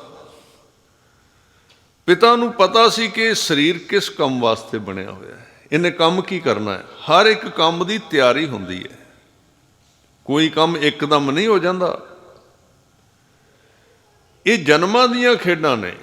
ਏਡਾ ਵੱਡਾ ਕੰਮ ਦਿੱਲੀ ਦੇ ਵਿੱਚ ਕਿੰਨੇ ਲੋਕ ਔਰੰਗਜ਼ੇਬ ਮਾਰਦਾ ਸੀ, ਔਰੰਗਜ਼ੇਬ ਤੇ ਕੋਈ ਅਸਰ ਨਹੀਂ ਸੀ ਪੈਂਦਾ ਕਿਸੇ ਨੂੰ ਮਾਰਨ ਦਾ। ਇਸ ਤਰ੍ਹਾਂ ਗਾਜਰ ਮੂਲੀਆਂ ਵਾਂਗੂ ਕੱਟ ਕੇ ਬੰਦੇ ਰੱਖ ਦਿੰਦਾ ਸੀ। ਕਿੰਨੇ ਫਕੀਰ ਮਾਰੇ, ਔਰੰਗਜ਼ੇਬ ਨੂੰ ਕੋਈ ਫਰਕ ਨਹੀਂ ਪੈਂਦਾ। ਫਲਾਣਾ ਮਾਰਤਾ, ਕਹਿੰਦੇ ਮਾਰ ਦਿਓ, ਹੱਸਦੇ ਸੀ, ਕੋਲੋਂ ਖੇਡਦੇ ਸੀ, ਕੋਈ ਪਰਵਾਹ ਹੀ ਨਹੀਂ, ਇੰਨੇ ਬੰਦੇ ਮਾਰ ਦਿੱਤੇ। ਪਰ ਜਿੱਦਣ ਗੁਰੂ ਤੇਗ ਬਹਾਦਰ ਸਾਹਿਬ ਦੇ ਉੱਤੇ ਤਲਵਾਰ ਚਲਾਈ, ਔਰੰਗਜ਼ੇਬ ਪਰਤ ਕੇ ਦਿੱਲੀ ਦੇ ਵਿੱਚ ਸੌਂ ਨਹੀਂ ਸਕਿਆ। ਉਹਦਾ ਕਾਰਨ ਕੀ ਸੀ? ਇਹ ਕੋਈ ਆਮ ਖੂਨ ਨਹੀਂ ਸੀ ਇਸ ਸਰੀਰ ਦੇ ਵਿੱਚ, ਇਹ ਕੋਈ ਆਮ ਸਰੀਰ ਨਹੀਂ ਸੀ। ਅੱਜ ਇਹ ਪ੍ਰਚਾਰ ਦੇ ਵਿੱਚ ਯਤਨ ਹੋ ਰਿਹਾ ਹੈ ਕਿ 10 ਗੁਰੂਆਂ ਨੂੰ ਆਮ ਮਨੁੱਖ ਦੀ ਕਤਾਰ ਵਿੱਚ ਖੜੇ ਕਰ ਦਈਏ। ਇਹ ਇੱਕ ਕੌਮਨਿਸਟ ਮਾਰਕਸ ਵਿਚਾਰਧਾਰਾ ਦੇ ਪ੍ਰਚਾਰਕ ਸਾਡੇ ਵਿੱਚ ਆਣ ਕੇ ਜਿਹੜੇ ਇੱਦਾਂ ਦੀਆਂ ਗੱਲਾਂ ਕਰ ਰਹੇ ਨੇ ਵੀ ਗੁਰੂ ਇੱਕ ਆਮ ਇਨਸਾਨ ਸੀ, ਸਾਡੇ ਵਰਗਾ ਇਨਸਾਨ ਸੀ। ਹਾਂ, ਗੁਰੂ ਸਾਡੇ ਵਰਗਾ ਇਨਸਾਨ ਸਾਡੇ ਵਾਂਗੂ ਕਰਦਾ ਸੀ, ਪਰ ਗੁਰੂ ਆਮ ਇਨਸਾਨ ਨਹੀਂ ਸੀ। ਜੇ ਗੁਰੂ ਆਮ ਇਨਸਾਨ ਸੀ, ਫਿਰ ਗੁਰੂ ਨੂੰ ਗੁਰੂ ਹੋਣ ਦੀ ਲੋੜ ਹੀ ਕੀ ਰਹਿ ਗਈ? ਫਿਰ ਉਹ ਵੀ ਇੱਕ ਮਨੁੱਖ, ਇੱਕ ਮਾਸਟਰ ਸੀ, ਇੱਕ ਟੀਚਰ ਸੀ, ਸਕੂਲ ਦਾ ਅਧਿਆਪਕ ਸੀ ਬਸ। ਜਿਸ ਦਿਨ ਉਹ ਸਰੀਰ ਖਾਸ ਸੀ, ਗੁਰੂ ਸਾਹਿਬ ਤਾਂ ਇੱਥੋਂ ਤੱਕ ਕਹਿੰਦੇ ਨੇ ਕਿ ਜਿਸ ਸਰੀਰ ਵਿੱਚ ਗੁਰੂ ਚਰਨ ਰੱਖਦਾ, ਆਪਣਾ ਉਪਦੇਸ਼ ਟਿਕਾਦਾ, ਉਹ ਸਰੀਰ ਵੀ ਆਮ ਨਹੀਂ ਰਹਿੰਦਾ। ਗੁਰੂ ਦੀ ਤੇ ਗੱਲ ਹੀ ਬੜੀ ਵੱਖਰੀ ਹੈ, ਉਹ ਸਰੀਰ ਵੀ ਆਮ ਨਹੀਂ ਰਹਿੰਦਾ। ਧੰਨ ਧੰਨ ਸੋ ਸਰੀਰ ਸੁਹਾਵਾ ਥਾਨ ਹੈ, ਜਿੱਥੇ ਮੇਰਾ ਗੁਰ ਧਰੇ ਵਿਖਾ। ਬਾਣੀ ਵਿੱਚ ਪੰਕਤੀ ਤੁਸੀਂ ਪੜ੍ਹ ਲਿਆ ਜਾ। ਧਨ ਧਨ ਸੋ ਸਰੀਰ ਸੁਹਾਵਾ ਥਾਨ ਹੈ, ਜਿੱਥੇ ਮੇਰਾ ਗੁਰ ਧਰੈ ਵਿਖੇ। ਵਿਖਾ ਦਾ ਮਤਲਬ ਹੈ ਚਰਨ, ਯਾਨੀ ਕਿ ਆਪਣਾ ਉਪਦੇਸ਼। ਜਿਸ ਸਰੀਰ ਦੇ ਅੰਦਰ ਗੁਰੂ ਆਪਣੀ ਬਾਣੀ ਟਿਕਾ ਦਿੰਦਾ, ਉਹ ਸਰੀਰ ਵੀ ਆਮ ਸਰੀਰ ਨਹੀਂ ਰਹਿ ਜਾਂਦਾ। ਰੋਜ਼ ਪੜ੍ਹਦੇ ਹੋ, ਮੰਨੇ ਕੀ ਗਤ ਕਹੀ ਨਾ ਜਾਏ। ਇਹ ਤਾਂ ਜਪਜੀ ਸਾਹਿਬ ਦੀਆਂ ਤੁਕਾਂ ਨੇ। ਉਹ ਇੱਥੇ ਤਾਂ ਗੁਰੂ ਦੀ ਗੱਲ ਮੰਨਣ ਵਾਲਾ ਜਿਹੜਾ ਉਹ ਆਮ ਨਹੀਂ ਰਹਿੰਦਾ, ਤੇ ਤੁਸੀਂ ਕਹਿੰਦੇ ਹੋ ਗੁਰੂ ਆਮ ਰਹਿੰਦਾ। ਗੁਰੂ ਗ੍ਰੰਥ ਸਾਹਿਬ ਦੀ ਹਜ਼ੂਰੀ ਵਿੱਚ ਬਹਿ ਕੇ ਝੂਠ ਬੋਲੀ ਜਾਂਦੇ ਹੋ। ਇੰਨਾ ਝੂਠ ਪੜ੍ਹਦੇ ਕੀ ਹੋ ਤੁਸੀਂ? ਉੱਪਰੋਂ ਕਹਿੰਦੇ ਸੀ ਤੇ ਗੁਰੂ ਗ੍ਰੰਥ ਸਾਹਿਬ ਤੋਂ ਬਿਨਾਂ ਹੋਰ ਕਿਸੇ ਨੂੰ ਮੰਨਦੇ ਨਹੀਂ। ਕੀ ਮੰਨਦੇ ਹੋ ਤੁਸੀਂ? ਫਿਰ ਪੜ੍ਹੋ ਤੇ ਸਹੀ। ਜਪਜੀ ਸਾਹਿਬ ਵੀ ਪੜ੍ਹ ਲਓ ਤੁਸੀਂ, ਤੁਹਾਨੂੰ ਪਤਾ ਲੱਗ ਜਾਏਗਾ। ਉਹ ਵਿਅਕਤੀ ਵੀ ਆਮ ਨਹੀਂ ਰਹਿੰਦਾ। ਉਹਨੂੰ ਬਾਣੀ ਦੇ ਵਿੱਚ ਕਿਹਾ ਗਿਆ ਹੈ ਕਿ ਉਹਨੂੰ ਉਸ ਬੰਦੇ ਦਾ ਹਿਸਾਬ ਕਿਤਾਬ ਧਰਮ ਰਾਜ ਵੀ ਨਹੀਂ ਕਰ ਸਕਦਾ। ਆਮ ਤੇ ਤੁਸੀਂ ਗੱਲ ਛੱਡ ਦਿਓ, ਉਸ ਸਿੱਖ ਦਾ ਹਿਸਾਬ ਜਿਹੜਾ ਹੈ ਧਰਮ ਰਾਜ ਵੀ ਉਹਨੂੰ ਸੱਦ ਕੇ ਆਵਾਜ਼ ਮਾਰ ਕੇ ਨਹੀਂ ਕਹਿ ਸਕਦਾ ਇੱਧਰ ਆ ਤੇਰਾ ਹਿਸਾਬ ਕਰਨਾ ਹੈ, ਇਸ ਤਰ੍ਹਾਂ ਨਹੀਂ ਕਹਿ ਸਕਦਾ। ਸਗੋਂ ਜਦੋਂ ਜਾਂਦਾ ਉਦੋਂ ਕਹਿੰਦਾ ਵੀ ਉੱਠ ਕੇ ਅੱਗੋਂ ਸਵਾਗਤ ਕਰਦਾ ਹੈ ਕਿ ਸ਼ੁਕਰ ਹੈ ਅੱਜ ਤੂੰ ਮੇਰੇ ਕੋਲ ਆਇਆ ਹੈ, ਮੇਰੀ ਕਚਹਿਰੀ ਪਵਿੱਤਰ ਹੋ ਗਈ। ਪਾਪੀਆਂ ਦਾ ਹਿਸਾਬ ਕਰਦਿਆਂ ਕਰਦਿਆਂ ਮੈਂ ਵੀ ਥੱਕ ਗਿਆ। ਉਹ ਵੀ ਕਹਿੰਦਾ, ਉਹਨੂੰ ਤਾਂ ਹੀ ਗੁਰੂ ਸਾਹਿਬ ਸੱਚੇ ਪਾਤਸ਼ਾਹ ਜੀ ਨੇ ਬਾਣੀ ਦੇ ਵਿੱਚ ਕਿ ਲੇਖਾ ਕੋਈ ਨਾ ਪੁੱਛਈ ਜਾਂ ਹਰ ਬਖਸ਼ੰਦਾ, ਉਹਦਾ ਲੇਖਾ ਨਹੀਂ ਹੋ ਹੀ ਨਹੀਂ ਸਕਦਾ। ਹਾਂ, ਮੈਂ ਇਹਦੇ ਪੱਖ ਵਿੱਚ ਨਹੀਂ ਵੀ ਇਹਨਾਂ ਪੰਕਤੀਆਂ ਦਾ ਲਾਭ ਉਠਾ ਕੇ ਕੋਈ ਮੇਰੇ ਵਰਗਾ ਆਪਣਾ ਤਖਤ ਲਾ ਕੇ ਬਹਿ ਜਾਏ, ਇਹਦੇ ਪੱਖ ਵਿੱਚ ਮੈਂ ਨਹੀਂ ਹਾਂ। ਉਹ ਪਰਸਨੈਲਿਟੀ, ਸ਼ਖਸੀਅਤ ਹੈ। ਉਹ ਨਹੀਂ ਕਹਿੰਦਾ ਵੀ ਮੈਂ ਇਸ ਤਰ੍ਹਾਂ ਦਾ ਹਾਂ। ਲੋਕਾਂ ਨੂੰ ਕਹਿਣਾ ਪੈਂਦਾ ਵੀ ਇਹ ਹੈ। ਉਹਦੇ ਜਿਹੜੇ ਲੱਛਣ ਨੇ, ਜਿਹਨੂੰ ਤੁਸੀਂ ਬਾਣੀ ਵਿੱਚ ਪੜ੍ਹਦੇ ਹੋ ਕਿ ਮਨ ਸਾਚਾ ਮੁਖ ਸਾਚਾ ਸੋਏ, ਅਵਰ ਨਾ ਪੇਖੈ ਏਕਸ ਬਿਨ ਕੋਏ, ਨਾਨਕ ਇਹ ਲੱਛਣ ਬ੍ਰਹਮ ਗਿਆਨੀ ਹੋਏ। ਉਹਦੇ ਲੱਛਣ ਹੁੰਦੇ ਨੇ, ਲੱਛਣ ਨਜ਼ਰ ਆ ਜਾਂਦੇ ਨੇ ਬੰਦੇ ਦੇ ਸਰੀਰ ਦੇ ਉੱਤੇ, ਪਤਾ ਲੱਗ ਜਾਂਦਾ। ਤਾਂ ਹੁਣ ਤੁਸੀਂ ਸੋਚੋ ਵੀ ਗੁਰੂ ਆਮ ਮਨੁੱਖ ਕਿਵੇਂ ਹੋਏਗਾ? ਉਹਦੇ ਤੇ ਬਣਾਏ ਸਿੱਖ ਆਮ ਮਨੁੱਖ ਨਹੀਂ ਰਹੇ। ਤਾਂ ਕਿੱਡੀ ਕਿੱਡੀ ਗਲਤ ਵਿਚਾਰਧਾਰਾ ਹੈ, ਲੋਕਾਂ ਦੇ ਦਿਮਾਗ ਵਿੱਚ ਠੋਕੀ ਜਾ ਰਹੀ ਹੈ। ਆਖੇ ਜੇ ਅਸੀਂ ਗੁਰੂ ਡੰਮ ਦਾ ਵਿਰੋਧ ਕਰਨੇ ਆ, ਉਹ ਵੀ ਝੂਠ ਦਾ ਵਿਰੋਧ। ਪਹਿਲਾਂ ਇਹ ਤਾਂ ਵੇਖ ਲਈ ਵੀ ਆਪਾਂ ਵਿਰੋਧ ਕਿਹਦਾ ਕਰ ਰਹੇ ਹਾਂ। ਕਿਤੇ ਤੁਸੀਂ ਅਸਲੀਅਤ ਦਾ ਵਿਰੋਧ ਤੇ ਨਹੀਂ ਕਰੀ ਜਾਂਦੇ, ਨਕਲ ਦੇ ਨਾਲ ਤੁਸੀਂ ਅਸਲੀਅਤ ਨੂੰ ਵੀ ਨਹੀਂ ਪਾੜੀ ਜਾਂਦੇ ਕਿਤੇ। ਆ ਤੁਸੀਂ ਵੇਖੋ ਨਾ, ਆਪਾਂ ਕਈ ਵਾਰੀ ਘਰ ਦਾ ਸਮਾਨ ਜਿਵੇਂ ਕਹੀ ਵੀ ਸਫਾਈ ਕਰ ਲਈ ਘਰ ਦੀ, ਤੇ ਅਲਮਾਰੀ ਦੇ ਵਿੱਚੋਂ ਲਿਆਓ, ਵੀ ਪਹਿਲਾਂ ਬੰਦਾ ਕਹਿੰਦਾ ਵੀ ਆ ਜਿਹੜਾ ਕਾਗਜ਼ਾਂ ਦੀ ਲੋੜ ਨਹੀਂ, ਆਪਾਂ ਬਾਹਰ ਵਗਾਈਏ, ਇਹਨੂੰ ਅੱਗ ਲਾ ਦਈਏ। ਤਾਂ ਤੁਸੀਂ ਵੇਖੋ ਵੀ ਉਹ ਸਰਦਾਰ ਜੀ ਜਿਹੜੇ ਕਹਿਣਗੇ ਵੀ ਅਸੀਂ ਤਾਂ ਇਹ ਗੁਰੂ ਡੰਮ ਦਾ ਵਿਰੋਧ ਕਰਨੇ ਆ, ਤੇ ਜੇ ਉਹ ਕਾਗਜ਼ ਵੀ ਫੋਲਣ ਬੈਠਣਗੇ ਨਾ, ਤੇ ਚੰਗੀ ਵੱਡੇ ਨੰਬਰ ਵਾਲੀ ਐਨਕ ਲਾ ਕੇ ਵੇਖਣਗੇ ਵੀ ਕਿਤੇ ਅਸਲੀ ਨਾ ਕੋਈ ਬਾਹਰ ਚਲਾ ਜਾਏ, ਨਕਲੀ ਸਾੜਨਾ ਕਿਤੇ ਅਸਲੀ ਨਾ ਚਲਾ ਜਾਏ। ਉਹ ਕਾਗਜ਼ਾਂ ਨੂੰ ਤੇ ਸਾਂਭ ਕੇ ਰੱਖਣਾ, ਅਸਲੀਆਂ ਨੂੰ ਇੱਥੇ ਅਸਲੀਆਂ ਦੀ ਨਿੰਦਿਆ ਕਰੀ ਜਾਂਦਾ ਗੁਰੂ ਦੇ ਦਰਬਾਰ ਵਿੱਚ। ਕਾਗਜ਼ ਨਹੀਂ ਤੂੰ ਸਿੱਟਦਾ, ਕਿਉਂ? ਅਜੇ ਇਹ ਅਸਲੀ ਹੈ। ਕਾਗਜ਼ ਅਸਲੀ ਇਹ ਨਹੀਂ ਸਿੱਟਦਾ, ਨਕਲੀਆਂ ਨੂੰ ਸਿੱਟ। ਨਾਲੇ ਸਾਡੇ ਕੋਲੋਂ ਅੱਖ ਕਿੱਥੇ, ਆਪਾਂ ਨਕਲੀ ਨੂੰ ਵੇਖ ਲਈਏ। ਨਕਲੀ ਤਾਂ ਬਾਣੀ ਦੀ ਜਿਹੜੀ ਕਸਵੱਟੀ ਲਾਓ, ਬਾਣੀ ਕਹਿੰਦੀ ਉਹ ਤੇਰੀ ਜ਼ਿੰਮੇਵਾਰੀ ਹੈ ਹੀ ਨਹੀਂ, ਤੂੰ ਆਪ ਅਸਲੀ ਬਣ ਜਾ। ਉਹ ਜਿਹੜੇ ਕੱਚੇ ਨੇ ਉਹਨਾਂ ਦਾ ਆਪ ਹੀ ਝੜ ਪੈਣਾ ਹੈ, ਉਹਨਾਂ ਡਿੱਗ ਹੀ ਪੈਣਾ। ਤੈਨੂੰ ਲੋੜ ਪੈਣੀ ਨਹੀਂ ਕੱਚਿਆਂ ਨੂੰ ਝਾੜਨ ਦੀ। ਕੀ ਲੋੜ ਹੈ ਤੈਨੂੰ? ਆ ਬਾਣੀ ਦੇ ਬਚਨ ਪੜ੍ਹੋ ਕਿ ਝੜ ਝੜ ਪੰਮਦੇ ਕੱਚੇ ਬਿਰਹੀ, ਜਿੰਨਾ ਕਾਰ ਨਾ ਆਈ, ਉਹਨਾਂ ਆਪੇ ਝੜ ਜਾਣਾ, ਉਹਨਾਂ ਰਹਿਣੇ ਨਹੀਂ। ਸੋ ਰਹੋ ਵਿਚਾਰ ਜਿਹੜੀ ਗੱਲ ਕਰ ਰਿਹਾ ਸੀ ਮੈਂ ਤੁਹਾਡੇ ਨਾਲ, ਵੀ ਕੱਚੀ ਗੱਲ ਜਿਹੜੀ ਹੈ ਨਾ, ਇਹ ਤੇ ਗੁਰੂ ਦਾ ਬਣਾਇਆ ਹੋਇਆ ਵੀ ਵਿਸ਼ੇਸ਼ ਹੈ, ਗੁਰੂ ਦਾ ਬਣਾਇਆ ਹੋਇਆ ਵੀ ਆਮ ਨਹੀਂ। ਤੇ ਫਿਰ ਗੁਰੂ ਆਮ ਕਿੱਥੋਂ ਹੋਵੇਗਾ? ਗੁਰੂ ਦੇ ਬਣਾਏ ਕਿਤੇ ਆਮ ਸਨ ਉਹ? ਬਾਣੀ ਦੀਆਂ ਤੁਕਾਂ ਦੋ ਤਿੰਨ ਵਿੱਚ ਵਿਚਾਰ ਦੇ ਅਧੀਨ ਨੇ। ਕੋਈ ਭਾਈ ਮਤੀ ਦਾਸ ਜੀ ਆਮ ਮਨੁੱਖ ਸਨ, ਕੋਈ ਭਾਈ ਸਤੀ ਦਾਸ ਜੀ ਆਮ ਮਨੁੱਖ ਸਨ, ਕੋਈ ਭਾਈ ਦਿਆਲਾ ਜੀ ਆਮ ਮਨੁੱਖ ਸੀ। ਭਾਈ ਸਤੀ ਦਾਸ ਨੂੰ ਰੂਹ ਵਿੱਚ ਲਪੇਟਿਆ ਹੋਇਆ, ਕਹਿੰਦੇ ਅੱਗ ਲਾ ਦੇ ਉੱਤੇ। ਤੁਸੀਂ ਅੱਜ ਵੇਖ ਲਓ ਵੀ ਪ੍ਰਸ਼ਾਦਾ ਛਕਣਾ ਹੋਵੇ ਨਾ, ਮੂੰਹ ਨਾਲ ਛਕਣਿਆ, ਜੇ ਹੱਥ ਨੂੰ ਮਾੜਾ ਗਰਮ ਲੱਗ ਜਾਏ ਤੇ ਬੰਦਾ ਉਸੇ ਵੇਲੇ ਪੈਂਦਾ ਵੀ ਕਿਵੇਂ। ਉਸ ਸਰੀਰ ਦੇ ਵਿੱਚ ਕਿਹੜੀ ਤਾਕਤ ਵਰਤ ਰਹੀ ਹੋਵੇਗੀ ਜਿਹਨੂੰ ਅੱਗ ਦੀ ਵੀ ਪਰਵਾਹ ਨਹੀਂ ਰਹੀ, ਸੜਨ ਦੀ ਕੋਈ ਪਰਵਾਹ ਨਹੀਂ ਰਹੀ, ਕੋਈ ਖਾਸ ਵਿਸ਼ੇਸ਼ ਵਰਤਿਆ ਹੋਵੇਗਾ। ਕੁਝ ਵੀ ਹੋਵੇ, ਵਰਤੀ ਜੋਤ ਹੀ ਹੈ ਸਾਰੇ ਥਾਵਾਂ ਤੇ। ਉਹ ਜੋਤ ਜਿਹੜੀ ਗੁਰੂ ਨਾਨਕ ਦੇ ਵਿੱਚ ਸੀ, ਉਹਦੇ ਕਿਣਕੇ ਹੀ ਵਰਤੇ ਨੇ, ਉਹਨੇ ਸ਼ਹੀਦ ਬਣਾਏ ਨੇ, ਕਿਸੇ ਬੰਦਿਆਂ ਦੇ ਕੰਮ ਨਹੀਂ ਜੇ। ਬੰਦਿਆਂ ਦੇ ਵੱਸ ਦੀ ਗੱਲ ਹੈ ਹੀ ਨਹੀਂ। ਅੱਜ ਅਸੀਂ ਕਹਿੰਦੇ ਆ ਨਾ ਕੀ ਹੋਵੇਗਾ, ਕਿਵੇਂ ਬਣੇਗਾ, ਕੀ ਹੋਵੇਗਾ। ਕੱਲ ਮੈਂ ਦਿੱਲੀ ਗਿਆ ਸੀ, ਉੱਥੇ ਚਲੋ ਬਾਹਰੋਂ ਸਰੂਪ ਜਿਵੇਂ ਦੇ ਮਰਜ਼ੀ ਕੌਮ ਦਾ, ਸਮੇਂ ਦੀ ਹਵਾ ਚੱਲੀ ਇਵੇਂ ਦਾ ਬਣ ਗਿਆ। ਪਰ ਮੈਂ ਵੇਖਿਆ ਐਡਾ ਵੱਡਾ ਇਕੱਠ, ਕੋਈ ਪਹਿਰੇਦਾਰ ਨਹੀਂ, ਕੋਈ ਟ੍ਰੈਫਿਕ ਲਗਾਉਣ ਵਾਲਾ ਨਹੀਂ, ਇੰਨੀ ਭੀੜ, ਪਰ ਕੰਟਰੋਲ ਕੌਣ ਕਰ ਰਿਹਾ ਉਹ?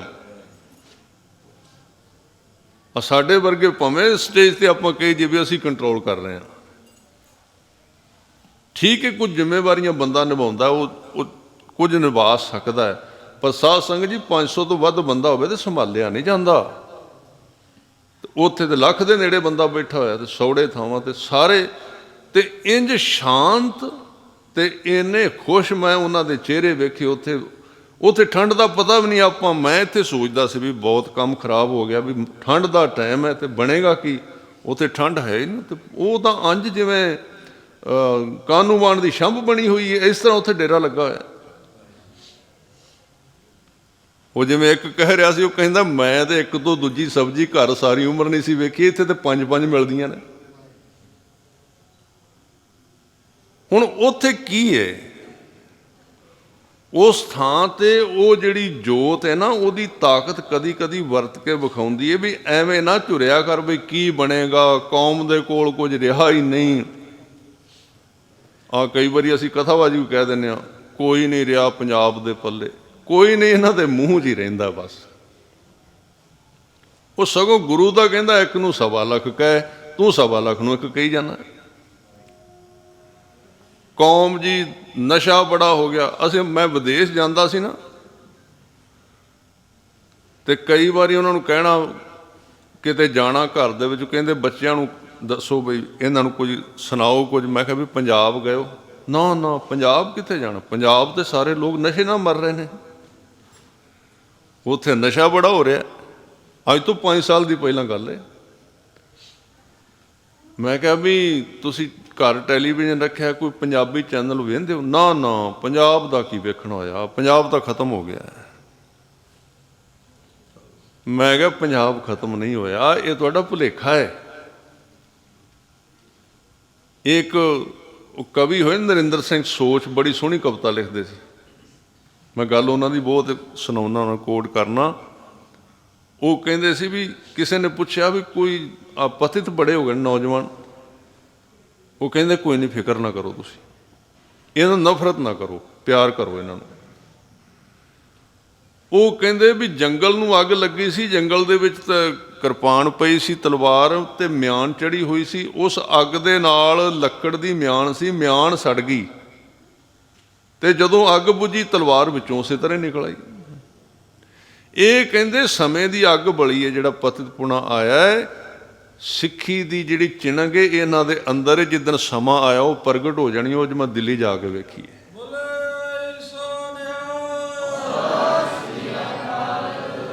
ਉਹ ਉਸ ਤਰ੍ਹਾਂ ਮੌਜੂਦ ਹੈ ਅੰਦਰ। ਪਰ ਹਾਂ, ਇਹਦਾ ਮਾਣ ਨਾ ਕਿਤੇ ਕਰ ਲੈਣਾ ਵੀ ਸਾਡੇ ਕਰਕੇ ਕੁਝ ਹੋ ਰਿਹਾ ਹੈ। ਜਦੋਂ ਇਹ ਮਾਣ ਆਇਆ ਫਿਰ ਨਹੀਂ ਕੰਮ ਬਣਨਾ ਕੋਈ। ਗੁਰੂ ਸਾਹਿਬ ਨੇ, ਗੁਰੂ ਨੂੰ ਸਿੱਖ ਨੇ ਅੰਗ ਸੰਗ ਜਾਣਨਾ ਹੈ। ਨੇ ਕੁਝ ਉੱਥੇ ਬੰਦੇ ਜਿਹੜੇ ਕਹਿੰਦੇ ਸਾਡੇ ਦਿਮਾਗ ਨਾਲ ਹੋ ਰਿਹਾ ਕੁਝ,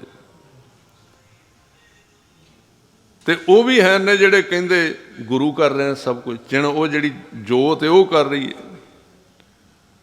ਉਹ ਪਤਾ ਹੈ ਗੁਰਸਿੱਖਾਂ ਨੂੰ, ਕਹਿੰਦੇ ਵੀ ਸਮਾਂ ਇਸ ਤਰ੍ਹਾਂ ਦਾ ਭਾਈ, ਇਹਨਾਂ ਦਾ ਬਿਨਾਂ ਵਿਰੋਧ ਕਰੋ, ਆਪਾਂ ਆਪਣਾ ਕੰਮ ਫਤਿਹ ਕਰਨਾ ਹੈ, ਆਪਾਂ ਵਿਰੋਧ ਨਹੀਂ ਕਰਨਾ। ਕੋਈ ਗੱਲ ਨਹੀਂ, ਇਹਨਾਂ ਨੂੰ ਪਤਾ ਹੈ ਨਹੀਂ, ਵਿਚਾਰੇ ਨੂੰ ਸੁੱਕੇ ਪੁੱਕੇ ਨੇ, ਇਹ ਗੁਰੂ ਨੂੰ ਮੰਨਦੇ ਹੀ ਨਹੀਂ। ਪਿੱਛੋਂ ਜੀ ਜੈ ਸੰਘਰਸ਼ ਕਹਿ ਕੇ ਸਮਾਪਤੀ ਕਰ ਦੇਣਗੇ। ਉਹ ਮੈਂ ਕਿਹਾ ਫਤਿਹ ਤੇ ਬੁਲਾ ਦਿਓ, ਜੈ ਕਿਸਾਨ ਜੈ ਸੰਘਰਸ਼। ਉਹ ਸੰਘਰਸ਼ ਦੇ ਜੈ ਪਹਿਲਾਂ ਕਰਨ ਵਾਲੇ ਹੈ ਹੀ ਸਨ ਇੱਥੇ। ਇਹ ਤਾਂ ਜ਼ਮੀਨਾਂ ਬਾਬੇ ਬੰਦਾ ਸਿੰਘ ਬਹਾਦਰ ਨੇ ਖੋਹ ਕੇ ਦਿੱਤੀਆਂ ਨੇ ਜੰਗੀਰਦਾਰਾਂ ਤੋਂ। ਫਤਿਹ ਬੁਲਾਉਣ ਵਾਲੇ ਤੇ ਜਕਾਰੇ ਬੁਲਾਉਣ ਵਾਲੇ ਉਹਨਾਂ ਖੋਹ ਕੇ ਦਿੱਤੀਆਂ ਸਨ। ਇਹ ਜੈ ਵਾਲਿਆਂ ਤੋਂ ਕੋਈ ਨਹੀਂ ਖੋਹੀਆਂ ਗਈਆਂ, ਪਰ ਫਤਿਹ ਵਾਲੇ ਵੀ ਹੈਨ। ਚਲੋ ਜਿਹੜੀ ਮੈਂ ਗੱਲ ਤੁਹਾਡੇ ਨਾਲ ਸਾਂਝੀ ਕਰ ਰਿਹਾ ਸੀ, ਵੀ ਉਹ ਜੋਤ ਸਾਰੇ ਥਾਵਾਂ ਤੇ ਵਰਤ ਸਕਦੀ ਅੱਜ ਵੀ। ਜਿਹੜਾ ਮਹਾਰਾਜ ਨੇ ਇਹ ਬਚਨ ਕਿਹਾ ਸੀ ਨਾ ਕਿ ਚਿੜੀਆਂ ਉਸੇ ਮੈਂ ਬਾਜ ਤੜਾਊਂ, ਉਹ ਗੱਲ ਕੋਈ ਗੱਲ ਕਹੀ ਕਵਾਈ ਨਹੀਂ ਗੱਲ।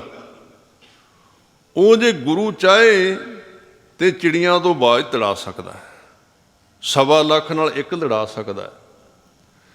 ਤਾਂ ਇਹਨਾਂ ਸਰੀਰਾਂ ਦੇ ਵਿੱਚ ਜਿਹੜੇ 3-4 ਸਰੀਰਾਂ ਨੇ, ਉਦੋਂ 4 ਨਹੀਂ ਜ਼ਿਆਦਾ ਸਰੀਰ ਨੇ।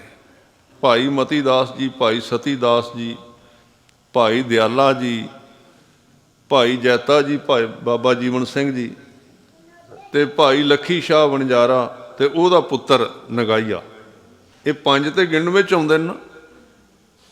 ਇਹ 6 ਸਰੀਰ ਜਿਹੜੇ ਗਿਣਨ ਵਿੱਚ ਆਉਂਦੇ ਨੇ, ਪਰ ਇਹਨਾਂ 6 ਦੇ ਨਾਲ ਹੋਰ ਜਿਹੜੀ 20 ਟੀਮ ਕੰਮ ਕਰ ਰਹੀ ਸੀ, ਉਹ ਅਲੱਗ ਤੋਂ ਸੀ, ਜਿਹੜੀ ਉੱਥੇ ਘੁੰਮ ਰਹੀ ਸੀ ਦਿੱਲੀ ਦੇ ਵਿੱਚ, ਜਿਹੜੀ ਸਾਰਾ ਪ੍ਰਬੰਧ ਕਰਦੀ ਸੀ, ਸਾਰੀ ਖਬਰ ਪਿੱਛੇ ਪੰਜਾਬ ਪਹੁੰਚਾਉਂਦੀ ਸੀ ਵੀ ਕੀ ਹੋ ਰਿਹਾ ਇੱਥੇ। ਹੁਣ ਕੋਈ ਆਮ ਸਰੀਰ ਥੋੜੇ ਸੀ ਉਹ। ਤਾਂ ਉੱਥੇ ਭਾਈ ਮਤੀ ਦਾਸ ਸਾਹਿਬ ਸਭ ਤੋਂ ਪਹਿਲਾਂ, ਕਿਉਂਕਿ ਗੁਰੂ ਸਾਹਿਬ ਨੂੰ ਡਲਾਉਣ ਦਾ ਯਤਨ ਕਰਦੇ ਸਨ। ਹੁਣ ਗੁਰੂ ਸਾਹਿਬ ਤੇ ਕੋਈ ਸਰੀਰ ਹੈ ਨਹੀਂ ਨਾ। ਬੰਦਾ ਗੁਰੂ ਸਾਹਿਬ ਦੇ ਉੱਤੇ ਇਹ ਬੰਦੇ ਜ਼ੁਲਮ ਹੀ ਤਾਂ ਕਰਦੇ ਸਨ ਕਿਉਂਕਿ ਉਹ ਵੀ ਸਾਡੇ ਵਾਂਗੂ ਕਹਿੰਦੇ ਸਨ ਵੀ ਸ਼ਾਇਦ ਗੁਰੂ ਸਾਡੇ ਵਰਗਾ ਬੰਦਾ ਹੀ ਹੈ। ਉਹ ਵੀ ਤਾਂ ਹੀ ਜ਼ੁਲਮ ਕਰਦੇ ਸੀ। ਉਹ ਸੋਚਦੇ ਸੀ ਵੀ ਇਹਨਾਂ ਤੇ ਕੋਈ ਗੱਲ ਅਸਰ ਕਰ ਜਾਏਗੀ, ਪਰ ਉਹਨਾਂ ਨੂੰ ਪਤਾ ਨਹੀਂ ਸੀ ਵੀ ਗੁਰੂ ਸਾਹਿਬ ਨੇ 27 ਸਾਲ ਪ੍ਰੈਕਟੀਕਲ ਕਰਕੇ ਵੇਖਿਆ ਬਾਬੇ ਬਕਾਲੇ ਦੇ ਵਿੱਚ, ਵੀ ਇਹ ਜਿਹੜੀਆਂ ਗੱਲਾਂ ਕਹੀਆਂ ਨੇ ਬਾਣੀ ਦੇ ਵਿੱਚ, ਇਹਨਾਂ ਨੂੰ ਪਹਿਲਾਂ ਪ੍ਰੈਕਟੀਕਲ ਕੀਤਾ ਹੈ। ਇਹ ਸ਼ਬਦ ਐਵੇਂ ਨਹੀਂ ਕਿ ਜੋ ਨਰ ਦੁੱਖ ਮੈਂ ਦੁੱਖ ਨਹੀਂ ਮੰਨੈ। ਹੁਣ ਬੰਦੇ ਨੂੰ ਮੁਕਤ ਕਰਨ ਦੀ ਇੱਕ ਸਿੱਧੀ ਪਗਡੰਡੀ ਬਣਾ ਦਿੱਤੀ ਗੁਰੂ ਸਾਹਿਬ ਨੇ ਵੀ ਦੁੱਖ ਦੇ ਵਿੱਚ ਦੁਖੀ ਨਹੀਂ ਹੋਣਾ ਜਿੱਦਣ ਇਹ ਅਵਸਥਾ ਆ ਜਾਏ। ਇਹ ਇੱਕ ਤੇ ਸੰਕਲਪ ਦੇ ਪੱਧਰ ਤੇ ਆਉਂਦੀ ਕਿ ਸੋਚ ਲੈਣਾ ਇਸ ਤਰ੍ਹਾਂ, ਇੱਕ ਬੰਦੇ ਦੇ ਅੰਦਰ ਕੁਝ ਹੋਵੇ ਤੇ ਤਾਂ ਆਉਂਦੀ ਹੈ, ਇਕੱਲਾ ਸੋਚਣ ਨਾਲ ਵੀ ਨਹੀਂ ਹੁੰਦੀ ਹੈ। ਨਾਮ ਅੰਦਰ ਵਸਿਆ ਹੋਵੇ ਨਾ ਤਾਂ ਦੁੱਖ ਵਿੱਚ ਦੁੱਖ ਨਹੀਂ ਲੱਗਦਾ, ਨਹੀਂ ਤੇ ਵੱਡੇ ਵੱਡੇ ਕਹਿੰਦੇ ਨੇ ਅਸੀਂ ਦੁਖੀ ਨਹੀਂ ਹੋਣਾ, ਪਰ ਜਦੋਂ ਸੱਟ ਵੱਜਦੀ ਉਦੋਂ ਪਤਾ ਲੱਗਦਾ। ਨਾਮ ਅੰਦਰ ਹੋਵੇਗਾ ਉਹਨੇ ਸਹਿਣ ਸ਼ਕਤੀ ਪੈਦਾ ਕਰਨੀ ਹੈ। ਜੋ ਨਰ ਦੁੱਖ ਮੈਂ ਦੁੱਖ ਨਹੀਂ ਮਾਨੈ, ਸੁਖ ਸਨੇਹੋ ਅਰ ਭੈ ਨਹੀਂ ਜਾਕੈ। ਹੁਣ ਇਹਦਾ ਅਰਥ ਹੈ ਸੁਖ ਸਨੇਹ, ਸੁਖ ਦੇ ਨਾਲ ਜਿਹਦਾ ਸਨੇਹ ਨਹੀਂ, ਸਨੇਹ ਵੱਖਰਾ ਨਹੀਂ, ਸੁਖ ਤੇ ਸਨੇਹ ਨੂੰ ਇਕੱਠਾ ਪੜਨਾ। ਸੁਖ ਆਇਆ ਤੇ ਸੁਖ ਦੇ ਨਾਲ ਮੋਹ ਨਹੀਂ ਨਾ ਜਾਗੇ। ਸੁਖ ਨੂੰ ਛੱਡਣ ਦੀ ਗੱਲ ਨਹੀਂ ਕੀਤੀ, ਸੁਖ ਦੇ ਨਾਲ ਮੋਹ ਨਹੀਂ ਕਰਨਾ। ਸੁਖ ਆਇਆ ਸੁਖ ਲਵੋ, ਸੁਖ ਵੀ ਸੁਖ ਤੇਰਾ ਦਿੱਤਾ ਲਈ ਹੈ। ਇਹ ਕਈ ਥਾਵਾਂ ਤੇ ਜੁੜਵੇਂ ਸ਼ਬਦ ਨੇ ਗੁਰੂ ਤੇਗ ਬਹਾਦਰ ਸਾਹਿਬ ਜੀ ਦੀ ਬਾਣੀ ਦੇ ਵਿੱਚ। ਇੱਕ ਥਾਂ ਤੇ ਹੋਰ ਆਉਂਦਾ ਹੈ, ਉੱਥੇ 2 ਲਫ਼ਜ਼ ਇਕੱਠੇ ਆਏ ਨੇ, ਜੋ ਮਾਇਆ ਮਮਤਾ ਤਜੀ ਸਭ ਤੇ ਭਇਓ ਉਦਾਸ। ਇੱਥੇ ਮਾਇਆ ਤੇ ਮਮਤਾ ਅਲੱਗ ਨਹੀਂ, ਮਾਇਆ ਤੇ ਮਮਤਾ ਇਕੱਠੇ ਨੇ। ਇਹਦਾ ਮਤਲਬ ਇਹ ਮਾਇਆ ਨਹੀਂ ਛੱਡਣੀ, ਮਾਇਆ ਦੀ ਮਮਤਾ ਛੱਡਣੀ। ਮਾਇਆ ਤੇ ਗੁਰੂ ਸਾਹਿਬ ਕੋਲ ਆਪ ਰਹੀ।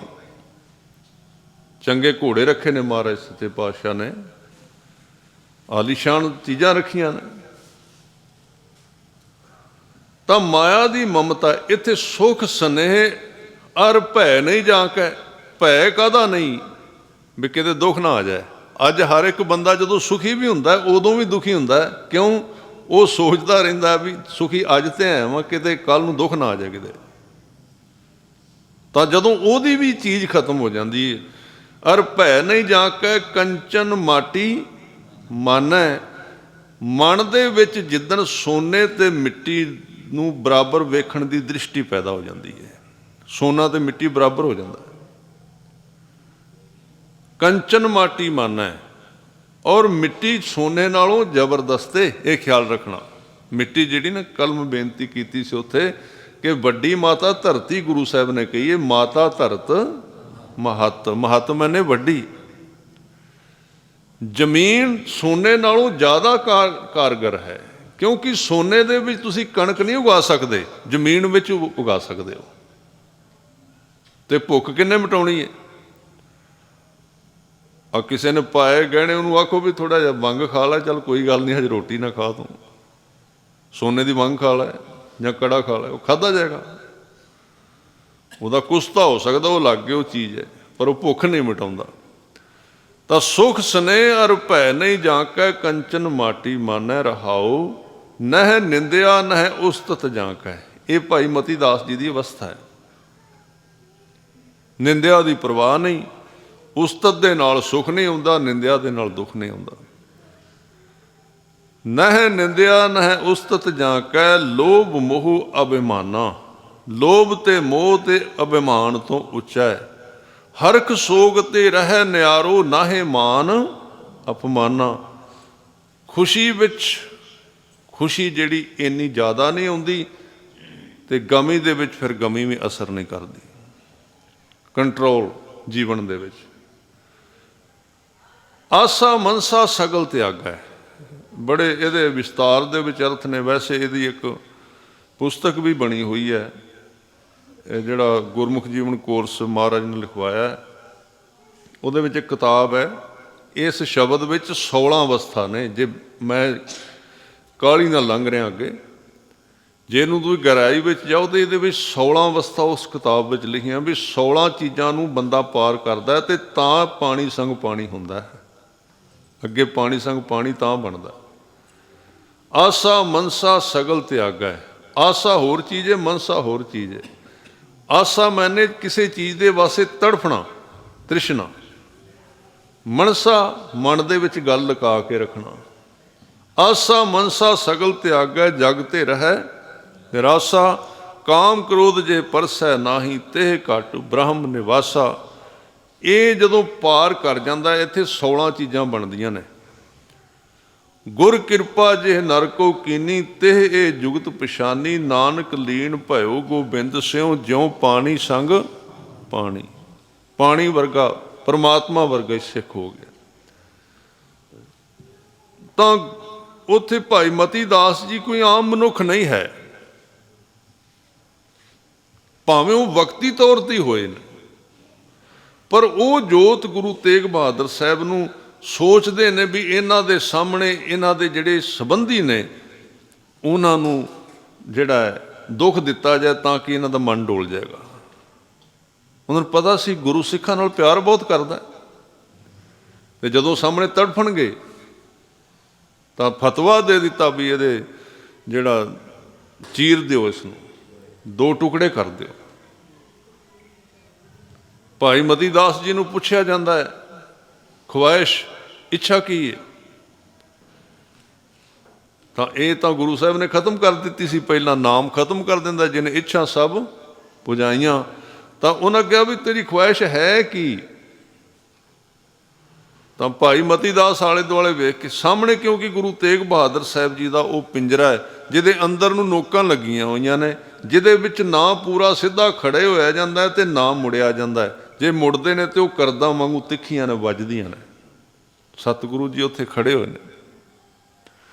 ਸਿੱਖਾਂ ਦੇ ਮਨ ਵਿੱਚ ਬੜੀ ਇਸ ਗੱਲ ਦੀ ਬੇਚੈਨੀ ਹੈ ਵੀ ਸਾਡਾ ਗੁਰੂ, ਜਿਨ੍ਹਾਂ ਦੇ ਫੁੱਲਾਂ ਦੇ ਉੱਤੇ ਅਸੀਂ ਉਹਨਾਂ ਨੂੰ ਬਿਠਾਉਂਦੇ ਸੀ, ਪਰ ਸਤਿਗੁਰੂ ਖੜੇ ਨੇ। ਉਹ ਪੁੱਛਦੇ ਨੇ ਤੇਰੀ ਖਵਾਇਸ਼ ਕੀ ਹੈ? ਤੇ ਉਹਨਾਂ ਕਿਹਾ ਵੀ 2 ਟੁਕੜੇ ਕਰਨੇ ਨੇ, ਇਹ ਬੰਨ੍ਹ ਕੇ 2 ਲੱਕੜਾਂ ਦੀਆਂ ਥੰਮੀਆਂ ਬੰਨਣੀਆਂ ਨੇ, ਉਹਦੇ ਨਾਲ ਬਾਹਾਂ ਬੰਨਣੀਆਂ ਨੇ। ਪਰ ਸਿੱਖ ਦੀ ਜਿਹੜੀ ਅਕੀਦਤ ਕਿਵੇਂ ਦੀ ਹੈ, ਪਿਆਰ ਕਿਵੇਂ ਦਾ ਹੈ? ਉਹ ਪਿਆਰ ਇਹ ਕਹਿੰਦਾ ਹੈ ਕਿ ਮੈਨੂੰ ਚਾਹੀਦਾ ਕੁਝ ਵੀ ਨਹੀਂ, ਮੈਨੂੰ ਇੱਕ ਚੀਜ਼ ਚਾਹੀਦੀ ਏ ਕਿ ਇਹ ਲੱਕੜਾਂ ਉਸ ਹਿਸਾਬ ਨਾਲ ਗੱਡੀਆਂ ਜਾਣ ਕੇ ਜਦੋਂ ਤੁਸੀਂ ਮੈਨੂੰ ਬੰਨ੍ਹ ਕੇ ਚੀਰੋ ਮੇਰਾ ਮੂੰਹ ਗੁਰੂ ਤੇਗ ਬਹਾਦਰ ਸਾਹਿਬ ਜੀ ਵੱਲ ਹੋਵੇ। ਹੁਣ ਇਸ ਚੀਜ਼ ਦਾ ਮੁੱਲ ਸਿੱਖ ਹੀ ਜਾਣ ਸਕਦਾ, ਆਮ ਬੰਦਾ ਕੀ ਜਾਣਦਾ। ਇਹਨੂੰ ਕਹਿੰਦੇ ਨੇ ਮੁੱਖ ਨਾ ਮੋੜਨਾ। ਵੇਖੋ ਸਾਧ ਸੰਗਤ ਜੀ, ਆਪਾਂ ਇਹ ਤੇ ਗੁਰੂ ਹੀ ਕੋਈ ਹੱਥੀ ਦਾ ਨਾ ਅੰਦਰ ਵੀ ਮੂੰਹ ਨਾ ਬੰਦਾ ਮੋੜੇ, ਨਹੀਂ ਤਾਂ ਮੂੰਹ ਤਾਂ ਬੜੀ ਜਲਦੀ ਮੋੜਿਆ ਜਾਂਦਾ ਹੈ। ਥੋੜਾ ਜਿਹਾ ਕਿਤੇ ਦੁੱਖ ਆ ਗਿਆ ਤੇ ਬੰਦਾ ਮੂੰਹ ਮੋੜ ਜਾਂਦਾ ਹੈ, ਐਗਰੀਮੈਂਟ ਖਤਮ ਕਰ ਦਿੰਦਾ ਵੀ ਮੈਂ ਨਹੀਂ ਤੇਰੇ ਨਾਲ ਰੱਖਦਾ ਗੁਰੂ ਨਾਲ। ਬੜਾ ਇਹ ਚੀਜ਼ ਵੱਡੀ ਬੜੀ ਹੈ, ਮਹਿੰਗੀ ਬੜੀ ਹੈ ਸਿੱਖੀ, ਪਰ ਇਹਦੀ ਮੁੱਲ ਬਹੁਤ ਤਾਰਨਾ ਪੈਂਦਾ। ਮੁੱਲ ਤਾਰਨ ਤੋਂ ਬਿਨਾਂ ਜੇ ਮਿਲ ਜਾਏ ਤਾਂ ਚੰਗੀ, ਪਰ ਜੇ ਮੁੱਲ ਤਾਂ ਗੁਰੂ ਲੈਣ ਤੇ ਆ ਜਾਏ ਨਾ ਕਿਤੇ ਬਹੁਤ, ਤਾਂ ਉਹ ਕਹਿੰਦੇ ਵੀ ਇੱਧਰ ਨੂੰ ਮੂੰਹ ਕਰ।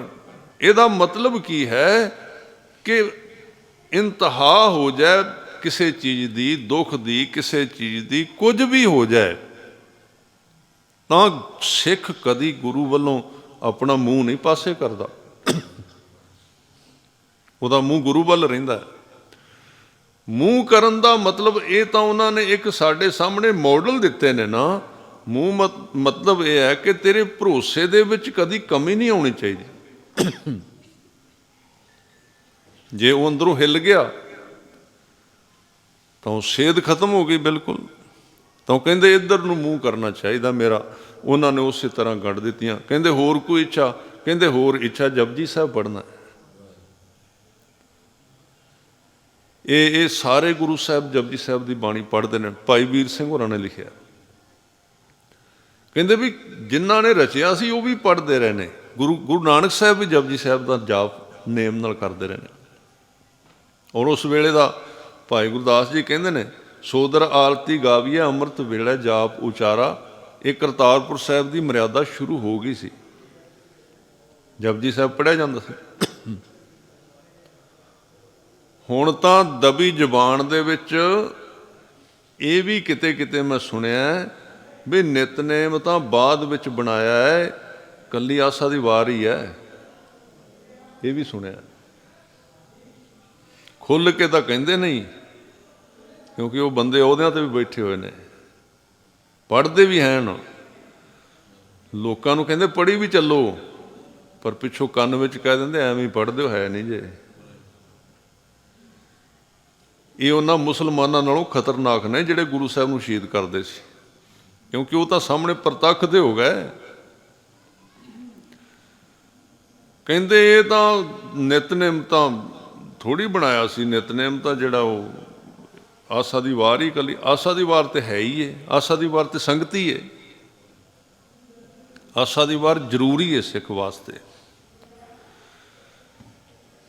ਸਗੋਂ ਹੁਣ ਤਾਂ ਚਲੋ ਕਿਰਪਾ ਹੋ ਗਈ, ਘਰ ਘਰ ਦੇ ਵਿੱਚ ਆਸਾ ਦੀ ਵਾਰ ਆ ਰਹੀ ਹੈ, ਕੰਨਾਂ ਤੇ ਚੜ੍ਹ ਜਾਂਦੀ। ਭਾਵੇਂ ਤੁਸੀਂ ਸੁਣਨਾ ਚਾਹੋ ਭਾਵੇਂ ਨਾ ਸੁਣਨਾ ਚਾਹੋ, ਬੰਦਾ ਬਟਨ ਦਬਾ ਹੀ ਲੈਂਦਾ ਸਵੇਰੇ ਦਰਬਾਰ ਸਾਹਿਬ ਦਾ। ਪਰ ਨਾ ਵੀ ਹੋਵੇ ਤੇ ਜਿਹੜੇ ਪੁਰਾਣੇ ਸਿੱਖ ਸੀ ਨਾ, ਜਿਹੜੇ ਨਿਤਨੇਮੀ ਸਿੰਘ, ਉਹ 6 ਜਾਂ 4 ਛੱਕੇ ਜ਼ਰੂਰ ਰੋਜ਼ ਨਿਤਨੇਮ ਦਾ ਕਰਦੇ ਸੀ, ਕਿਉਂਕਿ ਇਹ ਵਾਰ ਜ਼ਰੂਰੀ ਹੈ ਜੀਵਨ ਵਾਸਤੇ। ਚਲੋ ਇਹ ਅਲੱਗ ਤੋਂ ਵਿਸ਼ਾ ਹੈ। ਪਰ ਜਪਜੀ ਸਾਹਿਬ ਸਾਰੇ ਸਿੱਖ, ਗੁਰੂ ਤੇਗ ਬਹਾਦਰ ਸਾਹਿਬ ਜੀ ਨੇ ਵੀ ਜਪਜੀ ਸਾਹਿਬ ਦਾ ਪਾਠ ਸ਼ਹੀਦੀ ਤੋਂ ਪਹਿਲਾਂ ਇਸ਼ਨਾਨ ਕਰਕੇ ਕੀਤਾ ਸੀ। ਉਹ ਥੜਾ ਸਾਹਿਬ ਇੱਥੇ ਰੁੱਖ ਸੀ ਪਹਿਲਾਂ, ਜਿੱਥੇ ਚਾਂਦਨੀ ਚੌਕ ਹੁਣ ਬਣਿਆ ਹੋਇਆ। ਇਸ ਰੁੱਖ ਦੇ ਥੱਲੇ ਥੜਾ ਸੀ ਤੇ ਮਹਾਰਾਜ ਇੱਥੇ ਨਾਲ ਖੂਹ ਸੀ ਤੇ ਗੁਰੂ ਸਾਹਿਬ ਨੇ ਪਾਣੀ ਮੰਗਵਾ ਕੇ ਇਸ਼ਨਾਨ ਕਰਕੇ ਜਪਜੀ ਸਾਹਿਬ ਪੜ੍ਹਿਆ ਸੀ। ਔਰ ਕਿਹਾ ਸੀ ਜਦੋਂ ਜਪਜੀ ਸਾਹਿਬ ਸਮਾਪਤੀ ਹੋਏਗੀ ਅਸੀਂ ਇਸ਼ਾਰਾ ਕਰਾਂਗੇ, ਜਲਾਦ ਨੂੰ ਕਿਹਾ ਸੀ ਤੂੰ ਤਲਵਾਰ ਚਲਾ ਦੇ ਉਦੋਂ। ਤਾਂ ਭਾਈ ਮਤੀ ਦਾਸ ਜੀ ਨੇ ਵੀ ਜਪਜੀ ਸਾਹਿਬ ਦੀ ਮੰਗ ਕੀਤੀ ਹੈ, ਕਿਉਂਕਿ ਜਪਜੀ ਸਾਹਿਬ ਸਿੱਖ ਦੀ ਰੀੜ੍ਹ ਦੀ ਹੱਡੀ ਹੈ। ਜੇ ਸਿੱਖੀ ਕਮਾਉਣੀ ਹੈ ਤੇ ਜਪਜੀ ਸਾਹਿਬ ਦੀ ਸੰਥਿਆ ਲਵੋ। ਕੱਲਾ ਗੁਰਪੁਰਬ ਨਹੀਂ ਮੈਂ ਬੇਨਤੀ ਕਰਾਂ, ਮਨਾਉਣਾ ਅੱਜ ਆਪਾਂ ਮਨਾਉਣਾ ਹੀ, ਮਨਾ ਰਹੇ ਸ਼ਹੀਦੀ ਗੁਰਪੁਰਬ, ਪਰ ਆਪਣੇ ਆਪ ਨੂੰ ਪੁੱਛੀਏ ਕਿ ਜਪਜੀ ਸਾਹਿਬ ਸਾਨੂੰ ਸੰਥਿਆ ਹੋਈ ਹੈ? ਜੇ ਨਹੀਂ ਹੋਈ ਤੇ ਆਪਣੇ ਗ੍ਰੰਥੀ ਸਿੰਘ ਨੂੰ ਬੇਨਤੀ ਕਰੋ ਵੀ ਸਾਨੂੰ ਜਪਜੀ ਸਾਹਿਬ ਘੱਟੋ ਘੱਟ ਜਪਜੀ ਸਾਹਿਬ ਦੀ ਸੰਥਿਆ ਕਰਾਓ। ਤੇ ਜੇ ਤੁਸੀਂ ਕੀਤੀ ਹੋਈ ਜਪਜੀ ਸਾਹਿਬ ਦੀ, ਤੇ ਫਿਰ ਤੁਹਾਡੀ ਡਿਊਟੀ ਕਿ 5 ਸਰੀਰਾਂ ਨੂੰ ਹੋਰ ਕਰਾਉਣੀ ਹੈ। ਪੰਥ ਦੀ ਸੇਵਾ ਵੀ ਕਰਨੀ ਹੈ ਨਾ। ਗੁਰੂ ਗੋਬਿੰਦ ਸਿੰਘ ਮਹਾਰਾਜ ਚਾਹੁੰਦੇ ਤਾਂ ਉੱਥੇ ਆਰਾਮ ਦੇ ਨਾਲ ਆਪਣਾ ਬੈਠੇ ਰਹਿੰਦੇ, ਪੰਥ ਵਾਸਤੇ ਕੀਤਾ ਨਾ ਸਾਰਾ। ਤਾਂ ਉੱਥੇ ਜਪਜੀ ਸਾਹਿਬ ਉਹਨਾਂ ਕਿਹਾ ਪੜ੍ਹਨਾ ਹੈ। ਤਿਆਰੀ ਹੋਣੀ ਸ਼ੁਰੂ ਹੋ ਗਈ, ਬਾਹਾਂ ਬੰਨਣੀਆਂ ਸ਼ੁਰੂ ਹੋ ਗਈਆਂ, ਤੇ ਜਪਜੀ ਸਾਹਿਬ ਕੰਠ ਸੀ ਭਾਈ ਮਤੀ ਦਾਸ ਜੀ ਨੂੰ, ਤੇ ਉਹਨਾਂ ਪੜ੍ਹਨਾ ਸ਼ੁਰੂ ਕਰਤਾ। ਉਹ ਜਿਹੜਾ ਕਾਜੀ ਸੀ ਵਹਾਬ ਬੋਹਰਾ, ਉਹ ਕਹਿੰਦਾ ਟਾਈਮ, ਕਿਉਂਕਿ ਟਾਈਮ ਹੁੰਦਾ ਸੀ, ਜਿਵੇਂ ਅੱਜ ਵੀ ਕਿਸੇ ਨੂੰ ਫਾਂਸੀ ਤੇ ਚੜਾਉਣਾ ਹੈ ਤਾਂ ਟਾਈਮ ਹੁੰਦਾ ਉਹਦਾ। ਉਹ ਟਾਈਮ ਹੋ ਗਿਆ, ਕਹਿੰਦੇ ਆਰੇ ਨਾਲ ਚੀਰ ਦਿਓ। ਤੇ ਜਲਾਦ ਕਹਿੰਦਾ ਇਹ ਤਾਂ ਜੇ ਪੜ੍ਹੀ ਜਾਂਦਾ ਆਪਣਾ ਕਲਾਮ। ਨੇੜੇ ਹੋ ਕੇ ਸੁਣਿਆ ਕੀ ਪੜ੍ਹ ਰਿਹਾ। ਜਪਜੀ ਸਾਹਿਬ ਜਾਣਦੇ ਸੀ ਉਦੋਂ, ਪੰਜਾਬੀ ਜਾਣਦੇ ਸਾਰੇ ਵੀ ਬਾਣੀ ਹੈ। ਉਹ ਕਹਿੰਦੇ ਪੜ੍ਹਦਾ ਤੇ ਪੜ੍ਹੀ ਜਾਏ, ਟਾਈਮ ਹੋ ਗਿਆ, ਇਹਨੂੰ ਸਣੇ ਜਪਜੀ ਸਾਹਿਬ ਹੀ ਚੀਰ ਦਿਓ। ਜਪਜੀ ਸਾਹਿਬ ਪੜ੍ਹਦੇ ਤਿਆਰਾ ਚੱਲਿਆ। ਜਦੋਂ 2 ਟੁਕੜੇ ਹੋ ਗਏ, ਤੇ ਇੱਕ ਹੈਰਾਨੀ ਵਾਲੀ ਗੱਲ ਉਹਨਾਂ ਨੇ ਵੇਖੀ ਕਿ ਉਹਨਾਂ ਦੋਵਾਂ ਟੁਕੜਿਆਂ ਦੇ ਵਿੱਚੋਂ ਅਜੇ ਵੀ ਜਪਜੀ ਸਾਹਿਬ ਦੇ ਪੜ੍ਹਨ ਦੀ ਆਵਾਜ਼ ਆ ਰਹੀ ਸੀ। ਬਾਣੀ ਸਿੱਖ ਦੀ ਆਤਮਾ ਤੱਕ ਚਲੀ ਜਾਂਦੀ ਹੈ, ਅਜੇ ਵੀ ਉੱਥੋਂ ਆਵਾਜ਼ ਆ ਰਹੀ ਸੀ। ਬੌਧਿਕ ਤਲ ਤੇ ਇਹਨੂੰ ਨਹੀਂ ਮੰਨਿਆ ਜਾ ਸਕਦਾ, ਪਰ ਸਿੱਖੀ ਕੋਈ ਬੌਧਿਕ ਹੈ ਹੀ ਨਹੀਂ। ਉਹ ਤੇ ਇੱਕ ਰਸਤੇ ਦਾ ਇੱਕ ਸਟੈਪ ਹੈ, ਉਹਦੇ ਤੋਂ ਅੱਗੇ ਬੁੱਧੀ ਚਾਹੀਦੀ ਸਿੱਖ ਦੇ ਕੋਲ। ਪਰ ਜੇ ਤੁਸੀਂ ਬੁੱਧੀ ਦੇ ਤਲ ਤੇ ਚਾਹੋਗੇ ਸਾਰਾ ਕੁਝ, ਤਾਂ ਤੁਸੀਂ ਗੁਰੂ ਗ੍ਰੰਥ ਸਾਹਿਬ ਨੂੰ ਗੁਰੂ ਮੰਨਣ ਦੇ ਝੂਠ ਨਾ ਬੋਲਣਾ ਕਦੀ। ਜੇ ਤੁਸੀਂ ਕਹੋਗੇ ਅਸੀਂ ਬੁੱਧੀ ਦੇ ਤਲ ਤੇ ਸਿੱਖ ਬਣਨਾ ਹੈ, ਫਿਰ ਫਰੇਬ ਨਾ ਕਰਨਾ ਮੱਥਾ ਟੇਕਣ ਦਾ ਗੁਰੂ ਗ੍ਰੰਥ ਸਾਹਿਬ ਜੀ ਨੂੰ। ਕਿਉਂਕਿ ਗੁਰੂ ਗ੍ਰੰਥ ਸਾਹਿਬ ਜੀ ਦੇ ਵਿੱਚ ਉਹ ਗੱਲਾਂ ਲਿਖੀਆਂ ਹੋਈਆਂ ਨੇ ਜੋ ਬੁੱਧੀ, ਜੋ ਸਬੂਤ ਨਹੀਂ ਮਿਲਦੇ ਜਿਨ੍ਹਾਂ ਗੱਲਾਂ ਦੇ, ਉਹ ਗੁਰੂ ਗ੍ਰੰਥ ਸਾਹਿਬ ਦੇ ਵਿੱਚ ਉਹ ਗੱਲਾਂ ਹਨ ਜਿਨ੍ਹਾਂ ਦਾ ਕੋਈ ਸਬੂਤ ਨਹੀਂ ਦੇ ਸਕਦਾ। ਮੈਂ ਤਾਂ ਕਈ ਵਾਰੀ ਉਹ ਤੁਕਾਂ ਵਿੱਚੋਂ ਵੇਖੀਆਂ ਨੇ, ਪੜ੍ਹੀਆਂ ਨੇ। ਮੈਂ ਛੋਟੀ ਜਿਹੀ ਗੱਲ ਕਹਿ ਕੇ ਅੱਗੇ ਚਲਾ ਜਾਵਾਂਗਾ। ਜਦੋਂ ਭਗਤ ਨਾਮਦੇਵ ਜੀ ਕਹਿੰਦੇ ਨੇ ਕਿ ਰੱਬ ਮੈਨੂੰ ਮਿਲਿਆ ਤੇ ਉਹਨੇ ਮੈਨੂੰ ਪੁੱਛਿਆ ਤੂੰ ਕੌਣ ਹੈ, ਤੇ ਮੈਂ ਪੁੱਛਿਆ ਮੈਂ ਨਾਮਦੇਵ ਹਾਂ। ਇੱਥੇ ਕੀ ਕਰਨ ਆਇਆ? ਕਹਿੰਦੇ ਜੰਮਾਂ ਤੋਂ ਡਰ ਲੱਗਦਾ। ਤੂੰ ਕੌਣ ਰੇ? ਮੈਂ ਜੀ ਨਾਮਾ, ਹੋ ਜੀ ਆਲਾ ਤੇ ਨਿਵਾਰਨਾ ਜਮ ਕਾਰਨਾ। ਹੁਣ ਤੁਸੀਂ ਦੱਸੋ ਵੀ ਉੱਥੇ ਨਾਮਦੇਵ ਜੀ ਨੇ ਜਿਹੜੀ ਪਰਤ ਕੇ ਗੱਲ ਦੱਸੀ ਏ, ਸਾਡੇ ਕੋਲ ਕਿਸੇ ਦੁਨੀਆ ਦੇ ਬੰਦੇ ਕੋਲ ਸਬੂਤ ਹੈ? ਉੱਥੇ ਖੜਾ ਸੀ ਉਹ ਜਦੋਂ ਨਾਮਦੇਵ ਰੱਬ ਨਾਲ ਗੱਲਾਂ ਕਰਦਾ। ਮਨੌਤ ਦੇ ਆਧਾਰ ਤੇ ਮੰਨਣਾ ਪਏਗਾ ਨਾ ਵੀ ਗੱਲ ਹੋਈ ਏ, ਤੇ ਫਿਰ ਸਬੂਤਾਂ ਦੀ ਗੱਲ ਕਿਹੜੀ ਕਰਦੇ ਹੋ? ਫਿਰ ਐਵੀਡੈਂਸ ਕੀ ਹੈ? ਹਾਂ, ਵਿੱਚ ਕਿਤੇ ਕਿਤੇ ਐਵੀਡੈਂਸ ਸਬੂਤ ਹੈ ਨੇ ਕਿ ਹੋਰ ਬੰਦੇ ਵੀ ਵੇਖ ਰਹੇ ਸਨ ਜਦੋਂ ਉਹ ਹੋਇਆ, ਪਰ ਸਾਰੇ ਨੂੰ ਤੁਸੀਂ ਸਬੂਤਾਂ ਦੇ ਆਧਾਰ ਤੇ ਨਹੀਂ ਧਰਮ ਨੂੰ ਲੈ ਸਕਦੇ। ਧਰਮ ਕਹਿੰਦੇ ਹੀ ਉਸ ਨੂੰ ਨੇ ਜਿਸ ਦੇ ਸਬੂਤ ਪੇਸ਼ ਨਾ ਕੀਤੇ ਜਾ ਸਕਣ। ਬਸ ਉਹਦੇ ਸਬੂਤ ਇੱਕ ਹੀ ਨੇ, ਉਹ ਜਿਸ ਸਰੀਰ ਦੇ ਵਿੱਚ ਵਸ ਜਾਂਦਾ ਉਹਦੇ ਸਰੀਰ ਦੇ ਲੱਛਣ ਹੀ ਸਿਰਫ ਇਸ਼ਾਰਾ ਕਰਦੇ ਨੇ ਕਿ ਧਰਮ ਕਿਤੇ ਹੈ। ਧਰਮ ਕਦੀ ਬਣ ਕੇ ਤੁਰ ਕੇ ਸਾਹਮਣੇ ਨਹੀਂ ਆਇਆ, ਪਰਮਾਤਮਾ ਕਦੀ ਤੁਰ ਕੇ ਸਾਹਮਣੇ ਨਹੀਂ ਆਇਆ। ਉਹਦੇ ਸਰੀਰ ਦੇ ਲੱਛਣ ਦੱਸਦੇ ਨੇ। ਜਿਵੇਂ ਆਪਾਂ ਪਹਿਲਾਂ ਕਿਹਾ ਨਾਨਕ ਇਹ ਲੱਛਣ ਬ੍ਰਹਮ ਗਿਆਨੀ ਹੋਏ, ਉਹਦੇ ਲੱਛਣ ਸਾਹਮਣੇ ਆ ਜਾਂਦੇ। ਤਾਂ ਭਾਈ ਮਤੀ ਦਾਸ ਜੀ ਦੇ ਵਿੱਚੋਂ ਲੱਛਣ ਪੈਦਾ ਹੋ ਰਹੇ ਨੇ, ਆਵਾਜ਼ ਆ ਰਹੀ ਹੈ ਜਪਜੀ ਸਾਹਿਬ ਦੀ।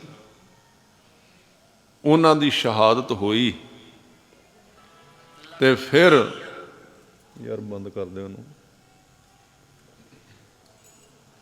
ਅਸੀਂ ਅਜੇ ਤੱਕ ਇਹ ਵੀ ਨਹੀਂ ਕਰ ਸਕੇ ਇਹਨਾਂ ਨੂੰ ਦਰਬਾਰ ਨੂੰ ਦਰਬਾਰ ਸਮਝੀਏ। ਇੱਕ ਡਾਕਟਰ ਕੋਲ ਜਾਓ ਤੇ ਬੰਦ ਕਰਕੇ ਜਾਂਦੇ ਹੋ, ਪਾਤਸ਼ਾਹ ਦਾ ਪਾਤਸ਼ਾਹ ਕਹਿੰਦੇ ਇਹਨਾਂ ਨੂੰ ਇੱਥੇ ਬੰਦ ਤੇ ਕਰਕੇ ਆ ਜਾ ਕਰੋ ਇਹਨਾਂ ਨੂੰ। ਕਿਤੇ ਨਹੀਂ ਆਪਾਂ ਕਿਤੇ ਵਾਇਰਲੈਸ ਸੈੱਟ ਦੇ ਬੈਠੇ ਵੀ ਆਪਾਂ ਹਿੰਦੁਸਤਾਨ ਦੀ ਜਾਂ ਪਾਕਿਸਤਾਨ ਦੀ ਫੌਜ ਦੀ ਅਗਵਾਈ ਕਰ ਰਹੇ ਹਾਂ। ਕੋਈ ਇੱਕ ਅੱਧਾ ਬੰਦਾ ਹੋਵੇਗਾ ਘੰਟੇ ਨੂੰ ਫਿਰ ਮਿਲ ਰਿਹਾ।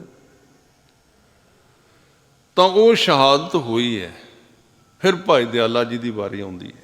ਕਹਿੰਦੇ ਇਹਨਾਂ ਨੂੰ ਦੇਗ ਵਿੱਚ ਉਬਾਲਣਾ ਹੈ। ਦੇਗ ਵਿੱਚ ਉਬਾਲਣ ਦਾ ਫਤਵਾ ਦਿੱਤਾ ਜਾਂਦਾ ਹੈ। ਦੇਗ ਉੱਤੇ ਥੱਲੇ ਅੱਗ ਬਾਲ ਦਿੱਤੀ ਜਾਂਦੀ, ਪਾਣੀ ਗਰਮ ਹੁੰਦਾ, ਪਾਣੀ ਉਬਲਦਾ ਹੈ।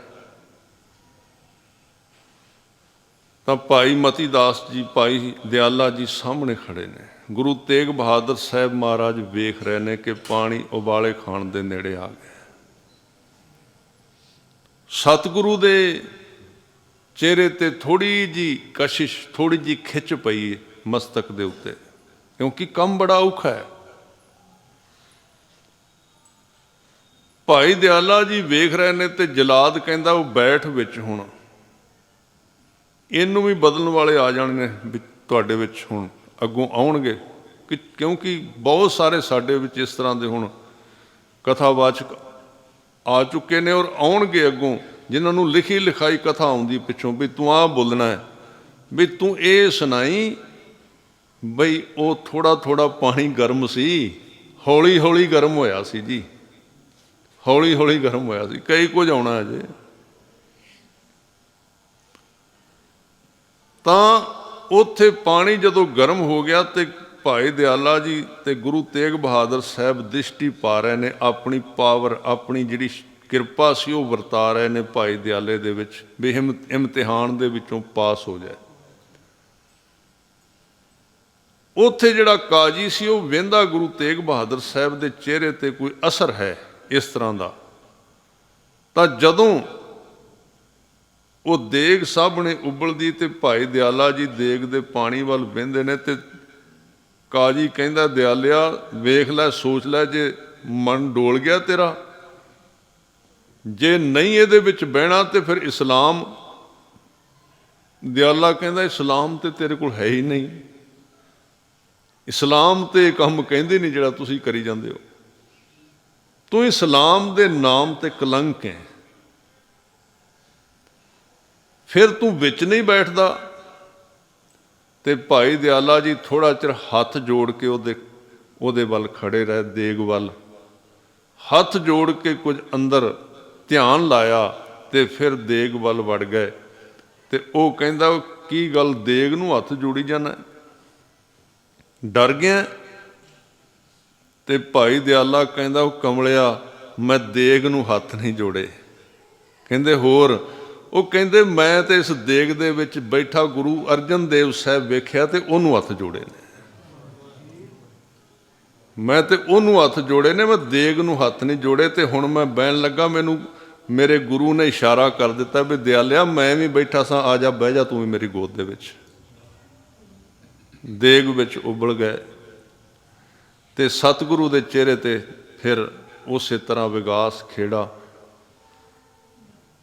ਫਿਰ ਤੀਜੇ ਸਿੱਖ ਦੀ ਸ਼ਹਾਦਤ ਹੁੰਦੀ ਤੇ ਸਤਿਗੁਰੂ ਚੜ੍ਹਦੀ ਕਲਾ ਦੇ ਵਿੱਚ ਨੇ। ਉਸ ਵੇਲੇ ਇੱਕ ਸਿੱਖ ਭਾਈ ਜੈਤਾ ਜੀ ਜਿਹੜੇ ਨਾਲ ਸਨ, ਇਹ ਬੜੇ ਬਹਾਦਰ ਸੂਰਮੇ ਸਨ। ਹੋਰ ਭਾਈ ਆਗਿਆ ਰਾਮ ਜੀ, ਭਾਈ ਉਦੈ ਜੀ, ਇਹ ਸਾਰੇ ਸਿੱਖ ਮਹਾਰਾਜ ਦੇ ਜਦੋਂ ਸ਼ਹਾਦਤ ਹੋਈ ਉਦੋਂ ਦਿੱਲੀ ਦੇ ਵਿੱਚ ਘੁੰਮ ਰਹੇ ਸਨ। ਗੁਰੂ ਸਾਹਿਬ ਦੇ, ਕਿਉਂਕਿ ਇਹ ਸਰਕਾਰ ਵੱਲੋਂ ਇਹ ਹੁਕਮ ਜਾਰੀ ਕੀਤਾ ਗਿਆ ਸੀ ਕਿ ਗੁਰੂ ਸਾਹਿਬ ਦੇ ਸਰੀਰ ਦੇ 4 ਟੁਕੜੇ ਕਰਕੇ ਦਿੱਲੀ ਦੇ 4 ਦਰਵਾਜ਼ਿਆਂ ਤੇ ਲਾਏ ਜਾਣਗੇ।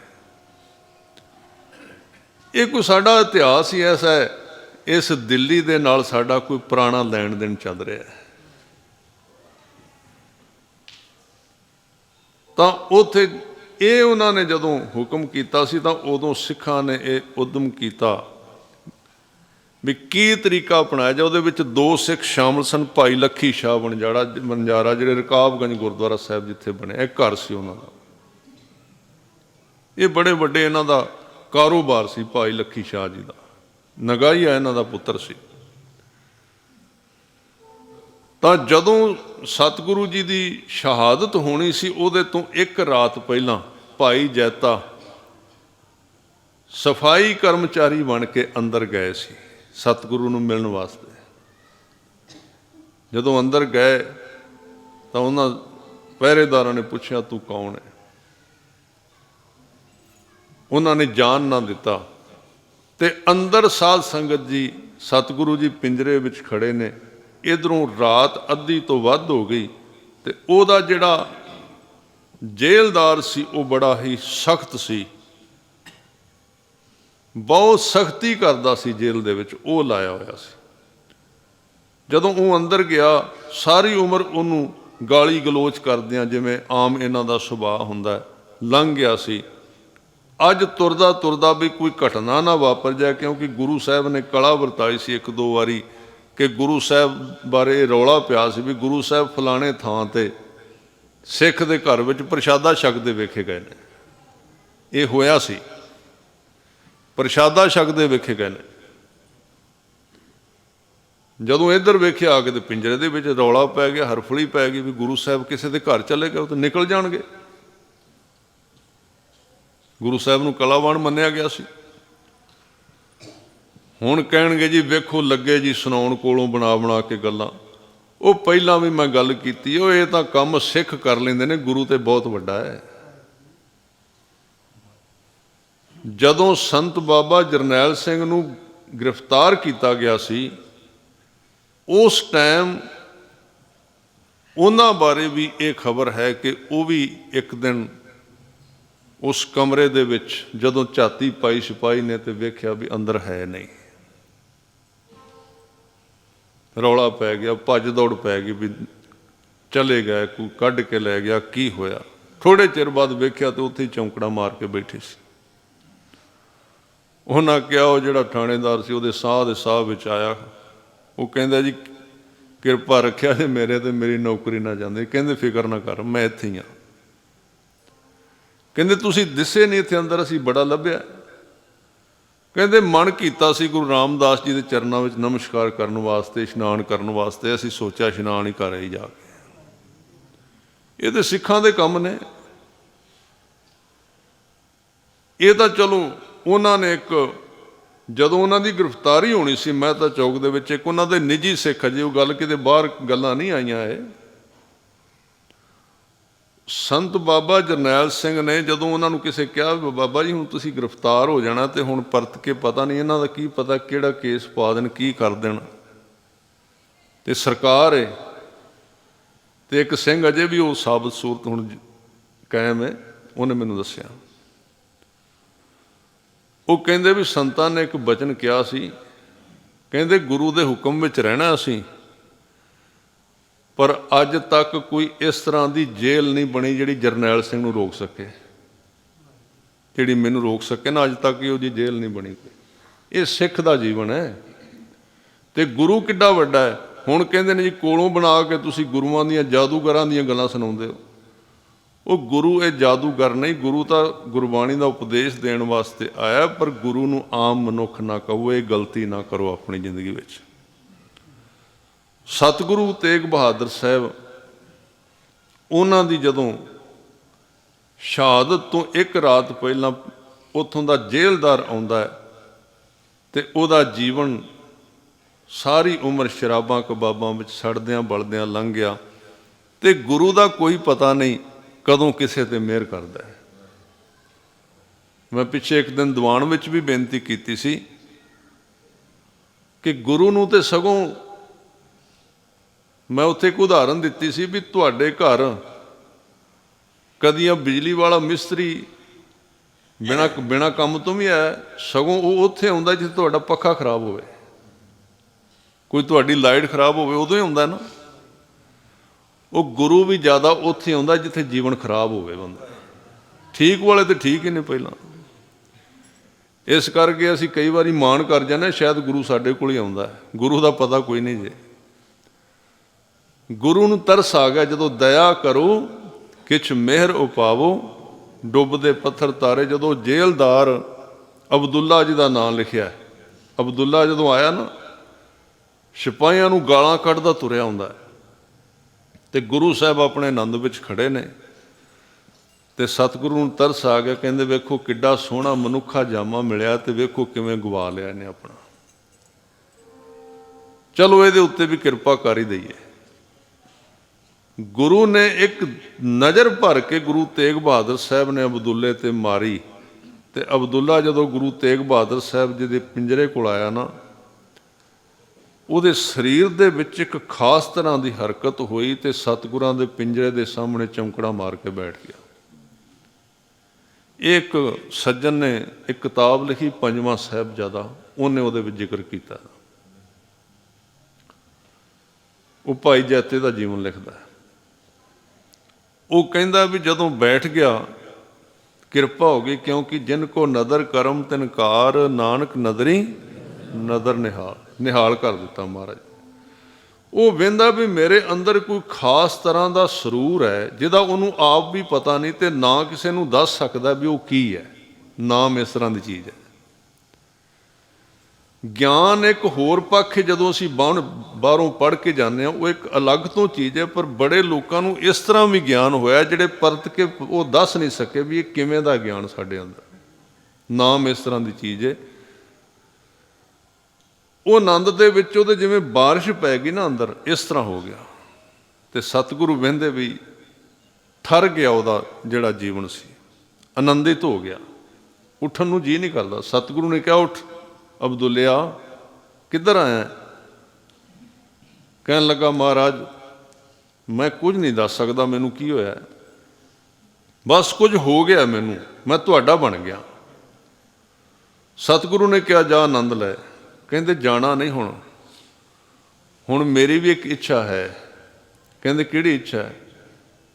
ਕਹਿੰਦੇ ਜੀ ਕਰਦਾ ਸਰੀਰ ਤੇਰੇ ਉੱਤੋਂ ਵਾਰ ਦਿਆਂ, ਆਪਣੇ ਆਪ ਨੂੰ ਕੁਰਬਾਨ ਕਰ ਦਿਆਂ। ਕਹਿੰਦੇ ਉਹ ਕੁਰਬਾਨ ਕਰਨ ਵਾਲੇ ਹੋਰ ਹਨ, ਤੇਰਾ ਅਜੇ ਸਮਾਂ ਨਹੀਂ ਆਇਆ, ਤੂੰ ਜਾ। ਕਹਿੰਦੇ ਜੇ ਤੁਸੀਂ ਹੁਕਮ ਕਰੋ ਮੈਂ ਤੁਹਾਨੂੰ ਰਾਤੋਂ ਰਾਤ ਕੱਢ ਕੇ ਅਨੰਦਪੁਰ ਸਾਹਿਬ ਭੇਜ ਦਿਆਂ। ਤੇ ਸਤਿਗੁਰੂ ਨੇ ਕਿਹਾ, ਤੈਨੂੰ ਪਤਾ ਨਹੀਂ ਤੇਰੇ ਨਾਲ ਕੀ ਬਣੇਗਾ, ਤੇਰੇ ਬੱਚੇ ਸਾਰੇ ਮਾਰ ਦੇਣਗੇ, ਤੈਨੂੰ ਮਾਰ ਦੇਣਗੇ। ਉਹ ਕਹਿੰਦੇ ਇਹ ਤਾਂ ਮੇਰੀ ਹੁਣ ਮੰਗ ਹੈ। ਇੱਕ ਸਮਾਂ ਹੁੰਦਾ, ਕੁਰਬਾਨੀ ਸ਼ਬਦ ਆਇਆ ਗੁਰੂ ਗ੍ਰੰਥ ਸਾਹਿਬ ਦੇ ਵਿੱਚ। ਕੁਰਬਾਨੀ ਸ਼ਬਦ ਬੜੀ ਥਾਵਾਂ ਤੇ ਆਇਆ। ਇੱਕ ਸ਼ਬਦ ਆਉਂਦਾ, ਹੁਕਮਨਾਮਾ ਆਉਂਦਾ ਗੁਰੂ ਸਾਹਿਬ ਦੇ, ਆਪਣਾ ਕਈ ਵਾਰੀ ਦਰਬਾਰ ਸਾਹਿਬ ਤੋਂ, ਸਾਹਿਬ ਤੇਰੇ ਨਾਮ ਵਿਟੋਂ ਬਿੰਦ ਬਿੰਦ ਚੁੱਕ ਚੁੱਕ ਹੋਏ। ਇੱਕ ਸ਼ਬਦ ਇਹ ਸ਼ੁਰੂ ਹੁੰਦਾ, ਜੀਉ ਡਰਤ ਹੈ ਆਪਣਾ ਕੈਸੋਂ ਕਰੀ ਪੁਕਾਰ, ਦੁੱਖ ਵਿਸਾਰਨ ਸੇਵਿਆ ਸਦਾ ਸਦਾ ਦਾਤਾ। ਸਾਹਿਬ ਤੇਰੇ ਨਾਮ ਵਿਟੋਂ ਬਿੰਦ ਬਿੰਦ ਚੁੱਕ ਚੁੱਕ ਹੋਏ। ਚੁੱਕ ਦਾ ਮਤਲਬ ਹੁੰਦਾ ਕਿਸੇ ਚੀਜ਼ ਨੂੰ ਕੋਹਣਾ, ਕਿਸੇ ਚੀਜ਼ ਨੂੰ। ਕਹਿੰਦੇ ਮੇਰਾ ਜੀ ਕਰਦਾ ਤੇਰੇ ਨਾਮ ਦੇ ਉੱਤੋਂ ਮੈਂ ਆਪਣੇ ਆਪ ਨੂੰ ਖੁਆ ਦਿਆਂ। ਕੁਰਬਾਨੀ ਹੈ, ਕੁਰਬਾਨੀ ਸ਼ਬਦ ਹੈ। ਹਉ ਕੁਰਬਾਨੈ ਜਾਉ ਤਿਨਾ ਕੈ, ਹਉ ਕੁਰਬਾਨੈ ਜਾਉ, ਹਉ ਕੁਰਬਾਨੈ ਜਾਉ ਤਿਨਾ ਕੇ ਲੈਣ ਜੋ ਤੇਰਾ ਨਾਉ। ਕੁਰਬਾਨ ਹੋਣ ਨੂੰ ਉਸ ਬੰਦੇ ਦਾ ਜੀ ਕਰਦਾ, ਉਹਦਾ ਜੀ ਕਰਦਾ ਵੀ ਇਸ ਸਰੀਰ ਨੂੰ ਲੇਖੇ ਵਿੱਚ ਲਾ ਦਿਆਂ। ਤੇ ਅਬਦੁੱਲਾ ਕਹਿੰਦਾ, ਮਹਾਰਾਜ ਜੇ ਇਹ ਹੋ ਜਾ ਤੇ ਹੋਰ ਕੀ ਚਾਹੀਦਾ, ਮੇਰੀ ਸੇਵਾ ਲੇਖੇ ਵਿੱਚ ਲੱਗ ਜਾਏਗੀ। ਸਤਿਗੁਰੂ ਨੇ ਕਿਹਾ, ਫਿਰ ਜੇ ਕੁਝ ਕਰਨਾ ਚਾਹੁੰਦਾ ਤੇਰੇ ਹੋਰ ਕੋਈ ਸੇਵਾ ਅਸੀਂ ਤੇਰੇ ਤੋਂ ਨਹੀਂ ਲੈਣੀ। ਸਾਡਾ ਇੱਕ ਸੇਵਕ ਬਾਹਰ ਫਿਰਦਾ ਪਿਆ ਗੇਟ ਦੇ ਅੱਗੇ ਜੇਲ੍ਹ ਦੇ, ਉਹਨੂੰ ਅੰਦਰ ਮਿਲਾ ਦੇ ਲਿਆ। ਉਸੇ ਵੇਲੇ ਹੁਣ ਜੇਲ੍ਹਦਾਰ ਸੀ, ਉਹ ਗਿਆ, ਉਹਨੇ ਵੇਖਿਆ ਇੱਕ ਭੇਸ ਵਟਾ ਕੇ ਭਾਈ ਜੈਤਾ ਜੀ ਫਿਰਦੇ ਸੀ। ਉਹਨੇ ਇਸ਼ਾਰਾ ਕੀਤਾ, ਕਹਿੰਦੇ ਆ ਜਾ। ਜਦੋਂ ਉਹਦੇ ਨਾਲ ਆਉਣਾ ਸੀ, ਸਿਪਾਹੀ ਰੋਕਣ ਥੋੜ੍ਹੀ ਲੱਗੇ ਸੀ। ਭਾਈ ਜੈਤਾ ਜੀ ਅੰਦਰ ਆਏ, ਤੇ ਜਦੋਂ ਅੰਦਰ ਆਏ ਨਾ ਤੇ ਗੁਰੂ ਸਾਹਿਬ ਨੂੰ ਵੇਖਿਆ ਖਲੋਤੇ ਨੇ, ਬੈਠਾ ਨਹੀਂ ਜਾਂਦਾ, ਤੇ ਕੁੰਡਿਆਂ ਵਾਲਾ ਉਹ ਜੰਦਰਾ ਹੈ ਅੰਦਰ, ਅੱਖਾਂ ਵਿੱਚੋਂ ਪਾਣੀ ਆ ਗਿਆ। ਕਿਉਂਕਿ ਇਹ ਸਿੱਖ ਤੇ ਗੁਰੂ ਦਾ ਪਿਆਰ ਬਹੁਤ ਡੂੰਘਾ ਹੈ। ਸਿੱਖ ਆਪਣੇ ਗੁਰੂ ਬਾਰੇ ਨਾ ਕੋਈ ਸੁਣ ਸਕਦਾ ਨਾ ਵੇਖ ਸਕਦਾ। ਸਤਿਗੁਰੂ ਨੇ ਕਿਹਾ, ਜੈਤਿਆ ਤੂੰ ਤੇ ਬੜਾ ਰਾਠ ਹੈ, ਬੜਾ ਸੂਰਮਾ ਹੈ। ਸੂਰਮੇ ਵੀ ਬੜੇ ਸਨ। ਗੁਰੂ ਗੋਬਿੰਦ ਸਿੰਘ ਜੀ ਦੀ ਸਾਰੀ ਸਿਕਿਉਰਿਟੀ ਭਾਈ ਜੈਤਾ ਜੀ ਕੋਲ ਸੀ। ਜਿੰਨਾ ਜਥਾ ਸੀ ਨਾ ਸਿਕਿਉਰਿਟੀ ਵਾਲਾ, ਉਹ ਸਾਰੇ ਦੇ ਜਥੇਦਾਰ ਭਾਈ ਜੀਵਨ ਸਿੰਘ ਜੀ ਸਨ। ਜਦੋਂ ਸਤਿਗੁਰਾਂ ਨੂੰ ਮਿਲਿਆ, ਕਹਿਣ ਲੱਗੇ, ਮਹਾਰਾਜ ਇਹਨਾਂ ਤੁਹਾਡੇ ਉੱਤੇ ਤਸ਼ੱਦਦ, ਬੈਠਾ ਵੀ ਨਹੀਂ ਜਾਂਦਾ। ਤੇ ਸਤਿਗੁਰੂ ਕਹਿੰਦੇ, ਜੈਤਿਆ ਤੂੰ ਤੇ ਬੜੀ ਉੱਚੀ ਸੁੱਚੀ ਅਵਸਥਾ ਵਾਲਾ ਸਿੱਖ ਹੈ, ਤੈਨੂੰ ਅਜੇ ਪਤਾ ਨਹੀਂ ਲੱਗਾ ਮੈਂ ਕੌਣ ਹਾਂ, ਮੈਂ ਸਰੀਰ ਥੋੜ੍ਹੀ ਹਾਂ। ਇਹ ਤੇ ਮੈਂ ਲੋਕਾਂ ਨੂੰ ਵਿਖਾਉਣ ਵਾਸਤੇ ਰੱਖਿਆ, ਮੈਂ ਸਰੀਰ ਤੋਂ ਪਾਰ ਹਾਂ। ਤੇ ਸਤਿਗੁਰੂ ਨੇ ਕਿਹਾ, ਹੁਣ ਤਕੜਾ ਹੋ, ਤੇਰੀ ਇੱਕ ਡਿਊਟੀ ਹੈ। ਕਹਿਣ ਲੱਗੇ ਡਿਊਟੀ ਕੀ? ਕਹਿੰਦੇ ਕੱਲ੍ਹ ਨੂੰ ਸਾਡੀ ਸ਼ਹੀਦੀ ਹੋ ਜਾਣੀ ਹੈ। ਜਦੋਂ ਸ਼ਹੀਦੀ ਸੁਣੀ ਇੱਕ ਵਾਰੀ ਸਿੱਖ ਨੂੰ ਫਿਰ ਧੱਕਾ ਲੱਗਾ। ਕਹਿਣ ਲੱਗੇ ਡੁੱਲਣਾ ਨਹੀਂ, ਤੇਰੀ ਸੇਵਾ ਬੜੀ ਵੱਡੀ ਹੈ। ਕੱਲ੍ਹ ਨੂੰ ਜਦੋਂ ਸ਼ਹੀਦੀ ਹੋਈ ਤੇ ਸਾਡਾ ਸੀਸ ਜਦੋਂ ਲੱਥਾ, ਉਹ ਸੀਸ ਚੁੱਕ ਕੇ ਤੂੰ ਅਨੰਦਪੁਰ ਸਾਹਿਬ ਲੈ ਕੇ ਜਾਣਾ। ਅੱਖਾਂ ਅੱਗੇ ਸਾਰਾ ਨਕਸ਼ਾ। ਕਹਿਣ ਲੱਗੇ ਉਹ ਤੇਰਾ ਕੰਮ ਨਹੀਂ, ਤੂੰ ਸਿਰਫ ਹਾਜ਼ਰ ਹੋ ਜਾਣਾ, ਬਾਕੀ ਕੰਮ ਮੇਰਾ ਸਾਰਾ। ਕਹਿੰਦੇ ਮਹਾਰਾਜ ਧੜ, ਬਾਕੀ ਦਾ ਸਰੀਰ। ਤੇ ਸਤਿਗੁਰੂ ਕਹਿੰਦੇ ਬਾਕੀ ਵੀ ਗੁਰੂ ਨਾਨਕ ਸਾਹਿਬ ਕਿਸੇ ਤੋਂ ਸੇਵਾ ਲੈਣਗੇ, ਤੂੰ ਧੜ ਦਾ ਫਿਕਰ ਨਾ ਕਰ, ਪਰ ਸੀਸ ਤੇ ਅਨੰਦਪੁਰ ਸਾਹਿਬ ਜਾਣਾ ਚਾਹੀਦਾ ਹੈ। ਕਹਿੰਦੇ ਮਹਾਰਾਜ ਧੜ ਇੱਥੇ ਤੇ ਸੀਸ ਉੱਥੇ। ਕਹਿੰਦੇ ਹਾਂ, ਇਹ ਵੀ ਦੁਨੀਆ ਦਾ ਇੱਕ ਇਤਿਹਾਸ ਬਣੇਗਾ। ਦੂਜੀ ਗੱਲ, ਸਾਡਾ ਸੀਸ ਅਨੰਦਪੁਰ ਸਾਹਿਬ ਜਾਣਾ ਚਾਹੀਦਾ ਹੈ, ਕਿਉਂਕਿ ਸਾਡੇ ਸੀਸ ਦੇ ਨਾਲ ਜਿਹੜੇ ਕੇਸ ਨੇ ਨਾ, ਇਹਨਾਂ ਦੇ ਵਿੱਚ ਸਾਡੀ 27 ਸਾਲ ਦੀ ਬਾਬੇ ਬਕਾਲੇ ਦੀ ਬੰਦਗੀ ਭਰੀ ਪਈ ਹੈ। ਤੇ ਮੇਰੇ ਕੇਸ ਜਿਹੜੇ ਨੇ ਸੀਸ ਦੇ ਨਾਲ ਅਨੰਦਪੁਰ ਸਾਹਿਬ ਜਾਣਗੇ। ਇਹ ਤਾਂ ਜੋੜ ਬਣਦਾ। ਵੇਖੋ ਅੱਜ ਵੀ ਤੁਸੀਂ ਜਾਓ ਗੁਰੂ ਸਾਹਿਬ ਦਾ, ਜਿੱਥੇ ਦਮਦਮਾ ਸਾਹਿਬ ਸੀਸ ਦਾ ਸੰਸਕਾਰ ਹੋਇਆ ਸੀ ਨਾ ਮਹਾਰਾਜ 9ਵੇਂ ਪਾਤਸ਼ਾਹ ਦਾ, ਉਹਦੇ ਬਿਲਕੁਲ ਨਾਲ ਤਖਤ ਸ੍ਰੀ ਕੇਸਗੜ੍ਹ ਸਾਹਿਬ ਹੈ। ਇਹ ਮੈਂ ਆਪਣੇ ਤਜਰਬੇ ਨਾਲ ਗੱਲ ਸੁਣਾ ਰਿਹਾ, ਗੁਰੂ ਸਾਹਿਬ ਦੀ ਕਿਰਪਾ ਦੇ ਨਾਲ। ਮੈਂ ਸੋਚਿਆ ਵੀ ਕੇਸਗੜ੍ਹ ਦੇ ਉੱਤੇ ਗੁਰੂ ਸਾਹਿਬ ਨੇ ਕਕਾਰ ਸਾਨੂੰ 5 ਦਿੱਤੇ ਨੇ, ਕਿਰਪਾਨ ਵੀ ਦਿੱਤੀ, ਕਛਹਿਰਾ ਵੀ, ਕੜਾ ਵੀ, ਕੰਘਾ ਵੀ ਤੇ ਕੇਸ ਵੀ। ਪਰ ਉਸ ਤਖਤ ਦਾ ਨਾਂ ਕਿਰਪਾਨ ਗੜ੍ਹ ਨਹੀਂ ਰੱਖਿਆ, ਉਹਦਾ ਨਾਂ ਕੰਘਾ ਗੜ੍ਹ ਨਹੀਂ ਰੱਖਿਆ, ਉਹਦਾ ਨਾਂ ਕੇਸਗੜ੍ਹ ਸਾਹਿਬ ਰੱਖਿਆ। ਉਹਦਾ ਮਤਲਬ ਹੈ ਗੁਰੂ ਕੇ ਸਿੱਖਾ ਅੰਮ੍ਰਿਤ ਛਕਣ ਵਾਲਿਆ, ਆ ਜਿਹੜੇ ਤੈਨੂੰ ਅੱਜ ਕੇਸ ਮਿਲਣ ਲੱਗੇ ਨਾ, ਇਹ ਕੇਸ ਤੇਰੇ ਆਪਣੇ ਨਹੀਂ, ਕੇਸ ਗੁਰੂ ਤੇਗ ਬਹਾਦਰ ਸਾਹਿਬ ਦੇ ਦਿੱਤੇ ਹੋਏ ਨੇ। ਇਹ ਉਹ ਕੇਸ ਨੇ ਜਿਹੜੇ ਭਾਈ ਜੈਤਾ ਦਿੱਲੀੋਂ ਚੁੱਕ ਕੇ ਅਨੰਦਪੁਰ ਸਾਹਿਬ ਲੈ ਕੇ ਆਇਆ ਸੀ। ਇਹ ਉਹ ਕੇਸ ਨੇ, ਇਹਨਾਂ ਨੂੰ ਸੰਭਾਲ ਕੇ ਰੱਖੀ, ਪਿਆਰ ਨਾਲ ਕੰਘਾ ਫੇਰ ਲਈ, ਇਹਦੇ ਨਾਲ ਵੀ ਤੈਨੂੰ ਮਹਿਸੂਸ ਹੋਏਗਾ ਵੀ ਇਹਨਾਂ ਕੇਸਾਂ ਦੇ ਵਿੱਚ ਖਾਸ ਵਿਸ਼ੇਸ਼ਤਾ ਹੈ। ਇਹ ਕੇਸ ਮਹਾਰਾਜ ਨੇ, ਭਾਈ ਜੈਤੇ ਨੇ, ਮੈਂ ਗੱਲ ਛੋਟੀ ਕਰਾਂ ਸਮੇਂ ਦੇ ਮੁਤਾਬਕ, ਸੀਸ ਚੁੱਕਿਆ ਤੇ ਪੜਾਅ ਕਰਦਾ ਰਸਤੇ ਦੇ ਵਿੱਚ ਤੁਰਦਾ ਤੁਰਦਾ ਰਾਹ ਵਿੱਚ ਕਈ ਪੜਾਅ ਆਏ ਤੇ ਨਾਢਾ ਸਾਹਿਬ ਆਇਆ। ਸਾਧ ਸੰਗਤ ਜੀ, ਇੱਥੇ ਇੱਕ ਫਕੀਰ ਰਹਿੰਦਾ ਸੀ ਉਦੋਂ ਝੁੱਗੀ ਪਾ ਕੇ, ਜਿੱਥੇ ਅੱਜ ਗੁਰਦੁਆਰਾ ਨਾਭਾ ਸਾਹਿਬ ਹੈ। ਇੱਥੇ ਗੁਰੂ ਕੇ ਸਵਾਰਿਓ ਜਦੋਂ, ਕਿਉਂਕਿ ਜਿਹੜਾ ਸੀਸ ਸੀ ਮਹਾਰਾਜ 9ਵੇਂ ਪਾਤਸ਼ਾਹ ਦਾ, ਇਹ ਬੰਨਿਆ ਹੋਇਆ ਸੀ, ਚੁੱਕਿਆ ਹੋਇਆ ਸੀ ਸਿਰ ਦੇ ਉੱਤੇ। ਜਦੋਂ ਲੈ ਕੇ ਜਾ ਰਿਹਾ ਸੀ ਤੇ ਉਦੋਂ ਗੁਰੂ ਕੇ ਸਵਾਰਿਓ ਇੱਥੇ ਇੱਕ ਝੁੱਗੀ ਵੇਖ ਕੇ ਫਕੀਰ ਦੀ, ਤੇ ਬੜਾ ਜੰਗਲ ਸੀ ਸੰਘਣਾ, ਇੱਥੇ ਰਾਹ ਪੈਂਦਾ ਥੋੜ੍ਹਾ ਜਿਹਾ ਪੈਂਦਾ ਸੀ। ਤੇ ਫਕੀਰ ਕਹਿੰਦਾ ਵੀ ਤੂੰ ਕਿੱਧਰੋਂ ਆਇਆ? ਕਹਿੰਦੇ ਦਿੱਲੀੋਂ ਆਇਆ। ਕਹਿੰਦੇ ਰਾਤ ਇੱਥੇ ਰਹਿ ਜਾ। ਕਹਿੰਦੇ ਮੈਂ ਰਹਿਣਾ ਚਾਹੁੰਦਾ। ਭਾਈ ਜੈਤਾ ਜੀ ਥੱਕੇ ਹੋਏ ਸਨ। ਛੋਟੀ ਜਿਹੀ ਗੱਲ ਸੁਣਾ ਦਿੰਦਾ। ਭਾਈ ਜੈਤਾ ਜੀ ਥੱਕੇ ਹੋਏ ਸੀ। ਕਹਿੰਦੇ ਤੂੰ ਥੱਕਿਆ ਹੋਇਆ, ਸਮਾਨ ਇੱਥੇ ਰੱਖ ਦੇ।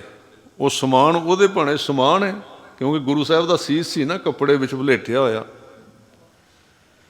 ਤੇ ਉਹ ਜਿਹੜਾ ਫਕੀਰ ਹੈ ਗੁਰੂ ਤੇਗ ਬਹਾਦਰ ਸਾਹਿਬ ਦਾ ਬਹੁਤ ਪ੍ਰੇਮੀ ਸੀ। ਕਈ ਵਾਰੀ ਗੁਰੂ ਸਾਹਿਬ ਤੋਂ ਜਾ ਕੇ ਉਹਨੇ ਪਰਮਾਤਮਾ ਦਾ ਰਸਤਾ ਪੁੱਛਿਆ ਸੀ। ਮੈਂ ਪਹਿਲਾਂ ਬੇਨਤੀ ਕਰ ਚੁੱਕਾ ਵੀ ਪਹਿਲਾਂ ਗੁਰੂ ਸਾਹਿਬ ਦੇ ਘਰ ਦੇ ਵਿੱਚ ਸਾਰੀ ਤਰ੍ਹਾਂ ਦੇ ਫਕੀਰ ਆਉਂਦੇ ਸਨ, ਸਾਰੀ ਤਰ੍ਹਾਂ ਦੇ ਲੋਕ ਆਉਂਦੇ ਸਨ। ਤੇ ਉਹਨੂੰ ਪਤਾ ਸੀ ਵੀ ਗੁਰੂ ਸਾਹਿਬ ਦਿੱਲੀ ਗਏ ਹੋਏ ਨੇ। ਉਦੋਂ ਕਿਹੜਾ ਅਖਬਾਰਾਂ ਸੀ ਤੇ ਫੋਨ ਸੀ, ਪਤਾ ਨਹੀਂ ਸੀ ਲੱਗਦਾ। ਤੇ ਉਹ ਸਿੱਖ ਕੋਲ ਭਾਈ ਜੈਤਾ ਬੈਠਾ ਹੈ ਤੇ ਉਹ ਫਕੀਰ ਪੁੱਛਦਾ, ਭਾਈ ਤੂੰ ਸਿੱਖ ਲੱਗਣਾ ਗੁਰੂ ਦਾ? ਕਹਿੰਦੇ ਹਾਂ ਜੀ ਸਿੱਖ ਹਾਂ। ਡਰਦਾ ਵੀ ਭਾਈ ਜੈਤਾ ਵੀ ਪਤਾ ਨਾ ਲੱਗ ਜਾਏ। ਜਲ ਪਾਣੀ ਛਕਾਇਆ। ਕਹਿੰਦੇ ਅੱਛਾ ਤੂੰ ਦਿੱਲੀੋਂ ਆਇਆ, ਕੋਈ ਦਿੱਲੀ ਦੀ ਗੱਲ ਨਹੀਂ ਸੁਣੀ ਕੋਈ? ਕਹਿੰਦੇ ਗੱਲ ਕਿਹੜੀ? ਕਹਿੰਦੇ ਉੱਥੇ ਗੁਰੂ ਤੇਗ ਬਹਾਦਰ ਸਾਹਿਬ ਗਏ ਨੇ ਤੇ ਸੀਸ ਮਹਾਰਾਜ ਦਾ ਉੱਥੇ ਪਿਆ ਉਹਦੀ ਝੁੱਗੀ ਦੇ ਵਿੱਚ। ਕਹਿੰਦੇ ਉੱਥੋਂ ਦੀ ਕੋਈ ਖਬਰ ਸੁਣਾ, ਕੁਝ ਉੱਥੇ ਕੁਝ ਵਾਪਰਿਆ ਤੇ ਨਹੀਂ? ਤੇ ਭਾਈ ਜੈਤੇ ਦੀਆਂ ਭੁੱਬਾਂ ਨਿਕਲ ਗਈਆਂ। ਉਹ ਹੈਰਾਨ ਹੋ ਗਿਆ ਵੀ ਗੱਲ ਕੀ ਹੈ। ਸੰਭਲ ਕੇ ਭਾਈ ਜੈਤੇ ਨੇ ਕਿਹਾ, ਫਕੀਰ ਸਾਈਂ जिस गुरु दियां तू खबरां मैनू पुछना चाहुंदा है, ਉਹਦੀਆਂ खबरां दस्सण ਦੀ ਲੋੜ नहीं, आ कपड़ा खोल के आप ही वेख लै। ਜਦੋਂ कपड़ा चुक्या तो गुरु साहब का सीस विच वेख्या, ਇਹਦੀਆਂ उस वेले ने बड़ियां वध दवाई ਜਿਹੜੀਆਂ सन औरंगजेब ਨੂੰ ਦਿੱਤੀਆਂ, और इसे करके दा राज नष्ट होया। फकीरां दियां वध दुआवां नष्ट कर दिंदियां। तो इत्थों आनंदपुर साहब लैके गए, जिहड़ा धड़ सी वो भाई लखी शाह गड्डियां दे विच अपने घर लैके गए, और ये सारियां मिसालां ने अपने घर नूं अग लाई, गुरु साहब दे धड़ दा संस्कार कीता। ये मिसालां ने भी गुरु का सिख अपने गुरु वास्ते सब कुछ कुर्बान करने वास्ते तैयार है। सतगुरु दे उस शहादत तो बाद गुरु गोबिंद सिंह महाराज 9 साल के गुरता गद्दी ते बैठे, तो महाराज ने औरंगजेब ने उदों कुछ हुक्म जारी किए सन दिल्ली तख्त विचों, ते गुरु साहब ने दिल्ली तख्त के अगेंस्ट उहदे विरुद्ध हुक्मनामे जारी किए आनंदपुर साहब तो। इत्थों हुक्मनामे जारी हुए सन। पहला उहदे विच इन्हें कई रोकां लाइयां सन, घोड़े ते नहीं कोई चढ़ सकता, नगारा नहीं वजा सकता, कोई कलगी नहीं ला सकता। सतगुरु ने कहा कलगियां लावांगे। ये कहंदा सी पग नहीं कोई बन सकता। सतगुरु ने कहा तू एक पग की गल करना, मेरे सिख 2-2 पग्गां इकट्ठियां बन्ना करनगे। दुमालियां दा जिहड़ा उदों तो ये चलिया सारा कुछ।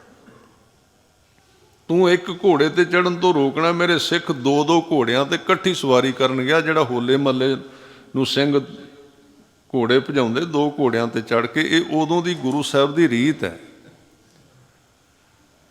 तख्त ला के गुरु साहब बहिंदे ने, नगारा वजदा है, और इस जुल्म राज का जिहड़ा सी नाश कीता। सो सतगुरु दे प्यार दे विच आओ कुछ गल्लां रह गईयां ने, कुछ शब्द रह गए ने मैनूं याद ने। काहे रे बन खोजन जाई जां चित चरण कमल का आसरा, इत्थों आपां गल शुरू कीती सी। वो फिर किते समा बनिया ते विचार करांगे। हुण समा काफ़ी अगे चला गया। सो आओ सतगुरां दे प्यार दे विच एक पंक्ति पढ़ के सारे समाप्ति करिए।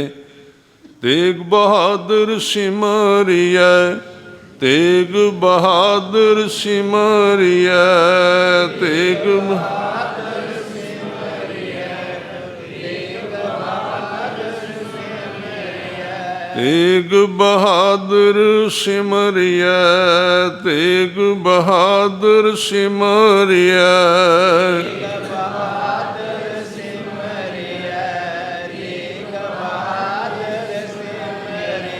कर नौ निद आवे ताए, कर नौ निद आवे ताए, कर नौ निद आवे ताए, कर नौ निद आवे ताए, कर नौ निद आवे ताए, कर नौ निद आवे ताए, कर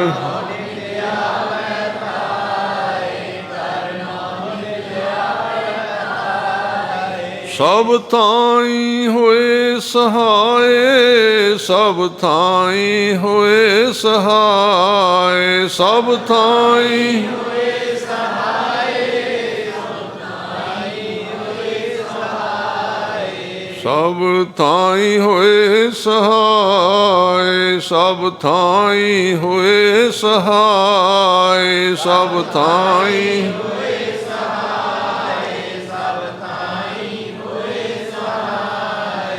तेग बहादुर सिमरिया, तेग बहादुर सिमरिया, तेग बहादुर सिमरिया, तेग बहादुर सिमरिया। सो सतगुरु गुरु तेग बहादुर साहब जी कृपा करन, अपने दरों करों गुरसिੱਖੀ ਦੀ ਦਾਤ बख्शिश करन। ਇਹ दिन आने वाले सारे शहादतां दे ਸਾਹਿਬਜ਼ਾਦਿਆਂ ਦੀਆਂ ਸ਼ਹਾਦਤਾਂ ਦੇ ਹਨ। सो सारे ਆਪਾਂ नाम बाणी दे नाल जुड़ के ये समा गुजारना। सारी संगत नूं बेनती है, आओ हुण समाप्ति है। आनंद साहब दा पाठ।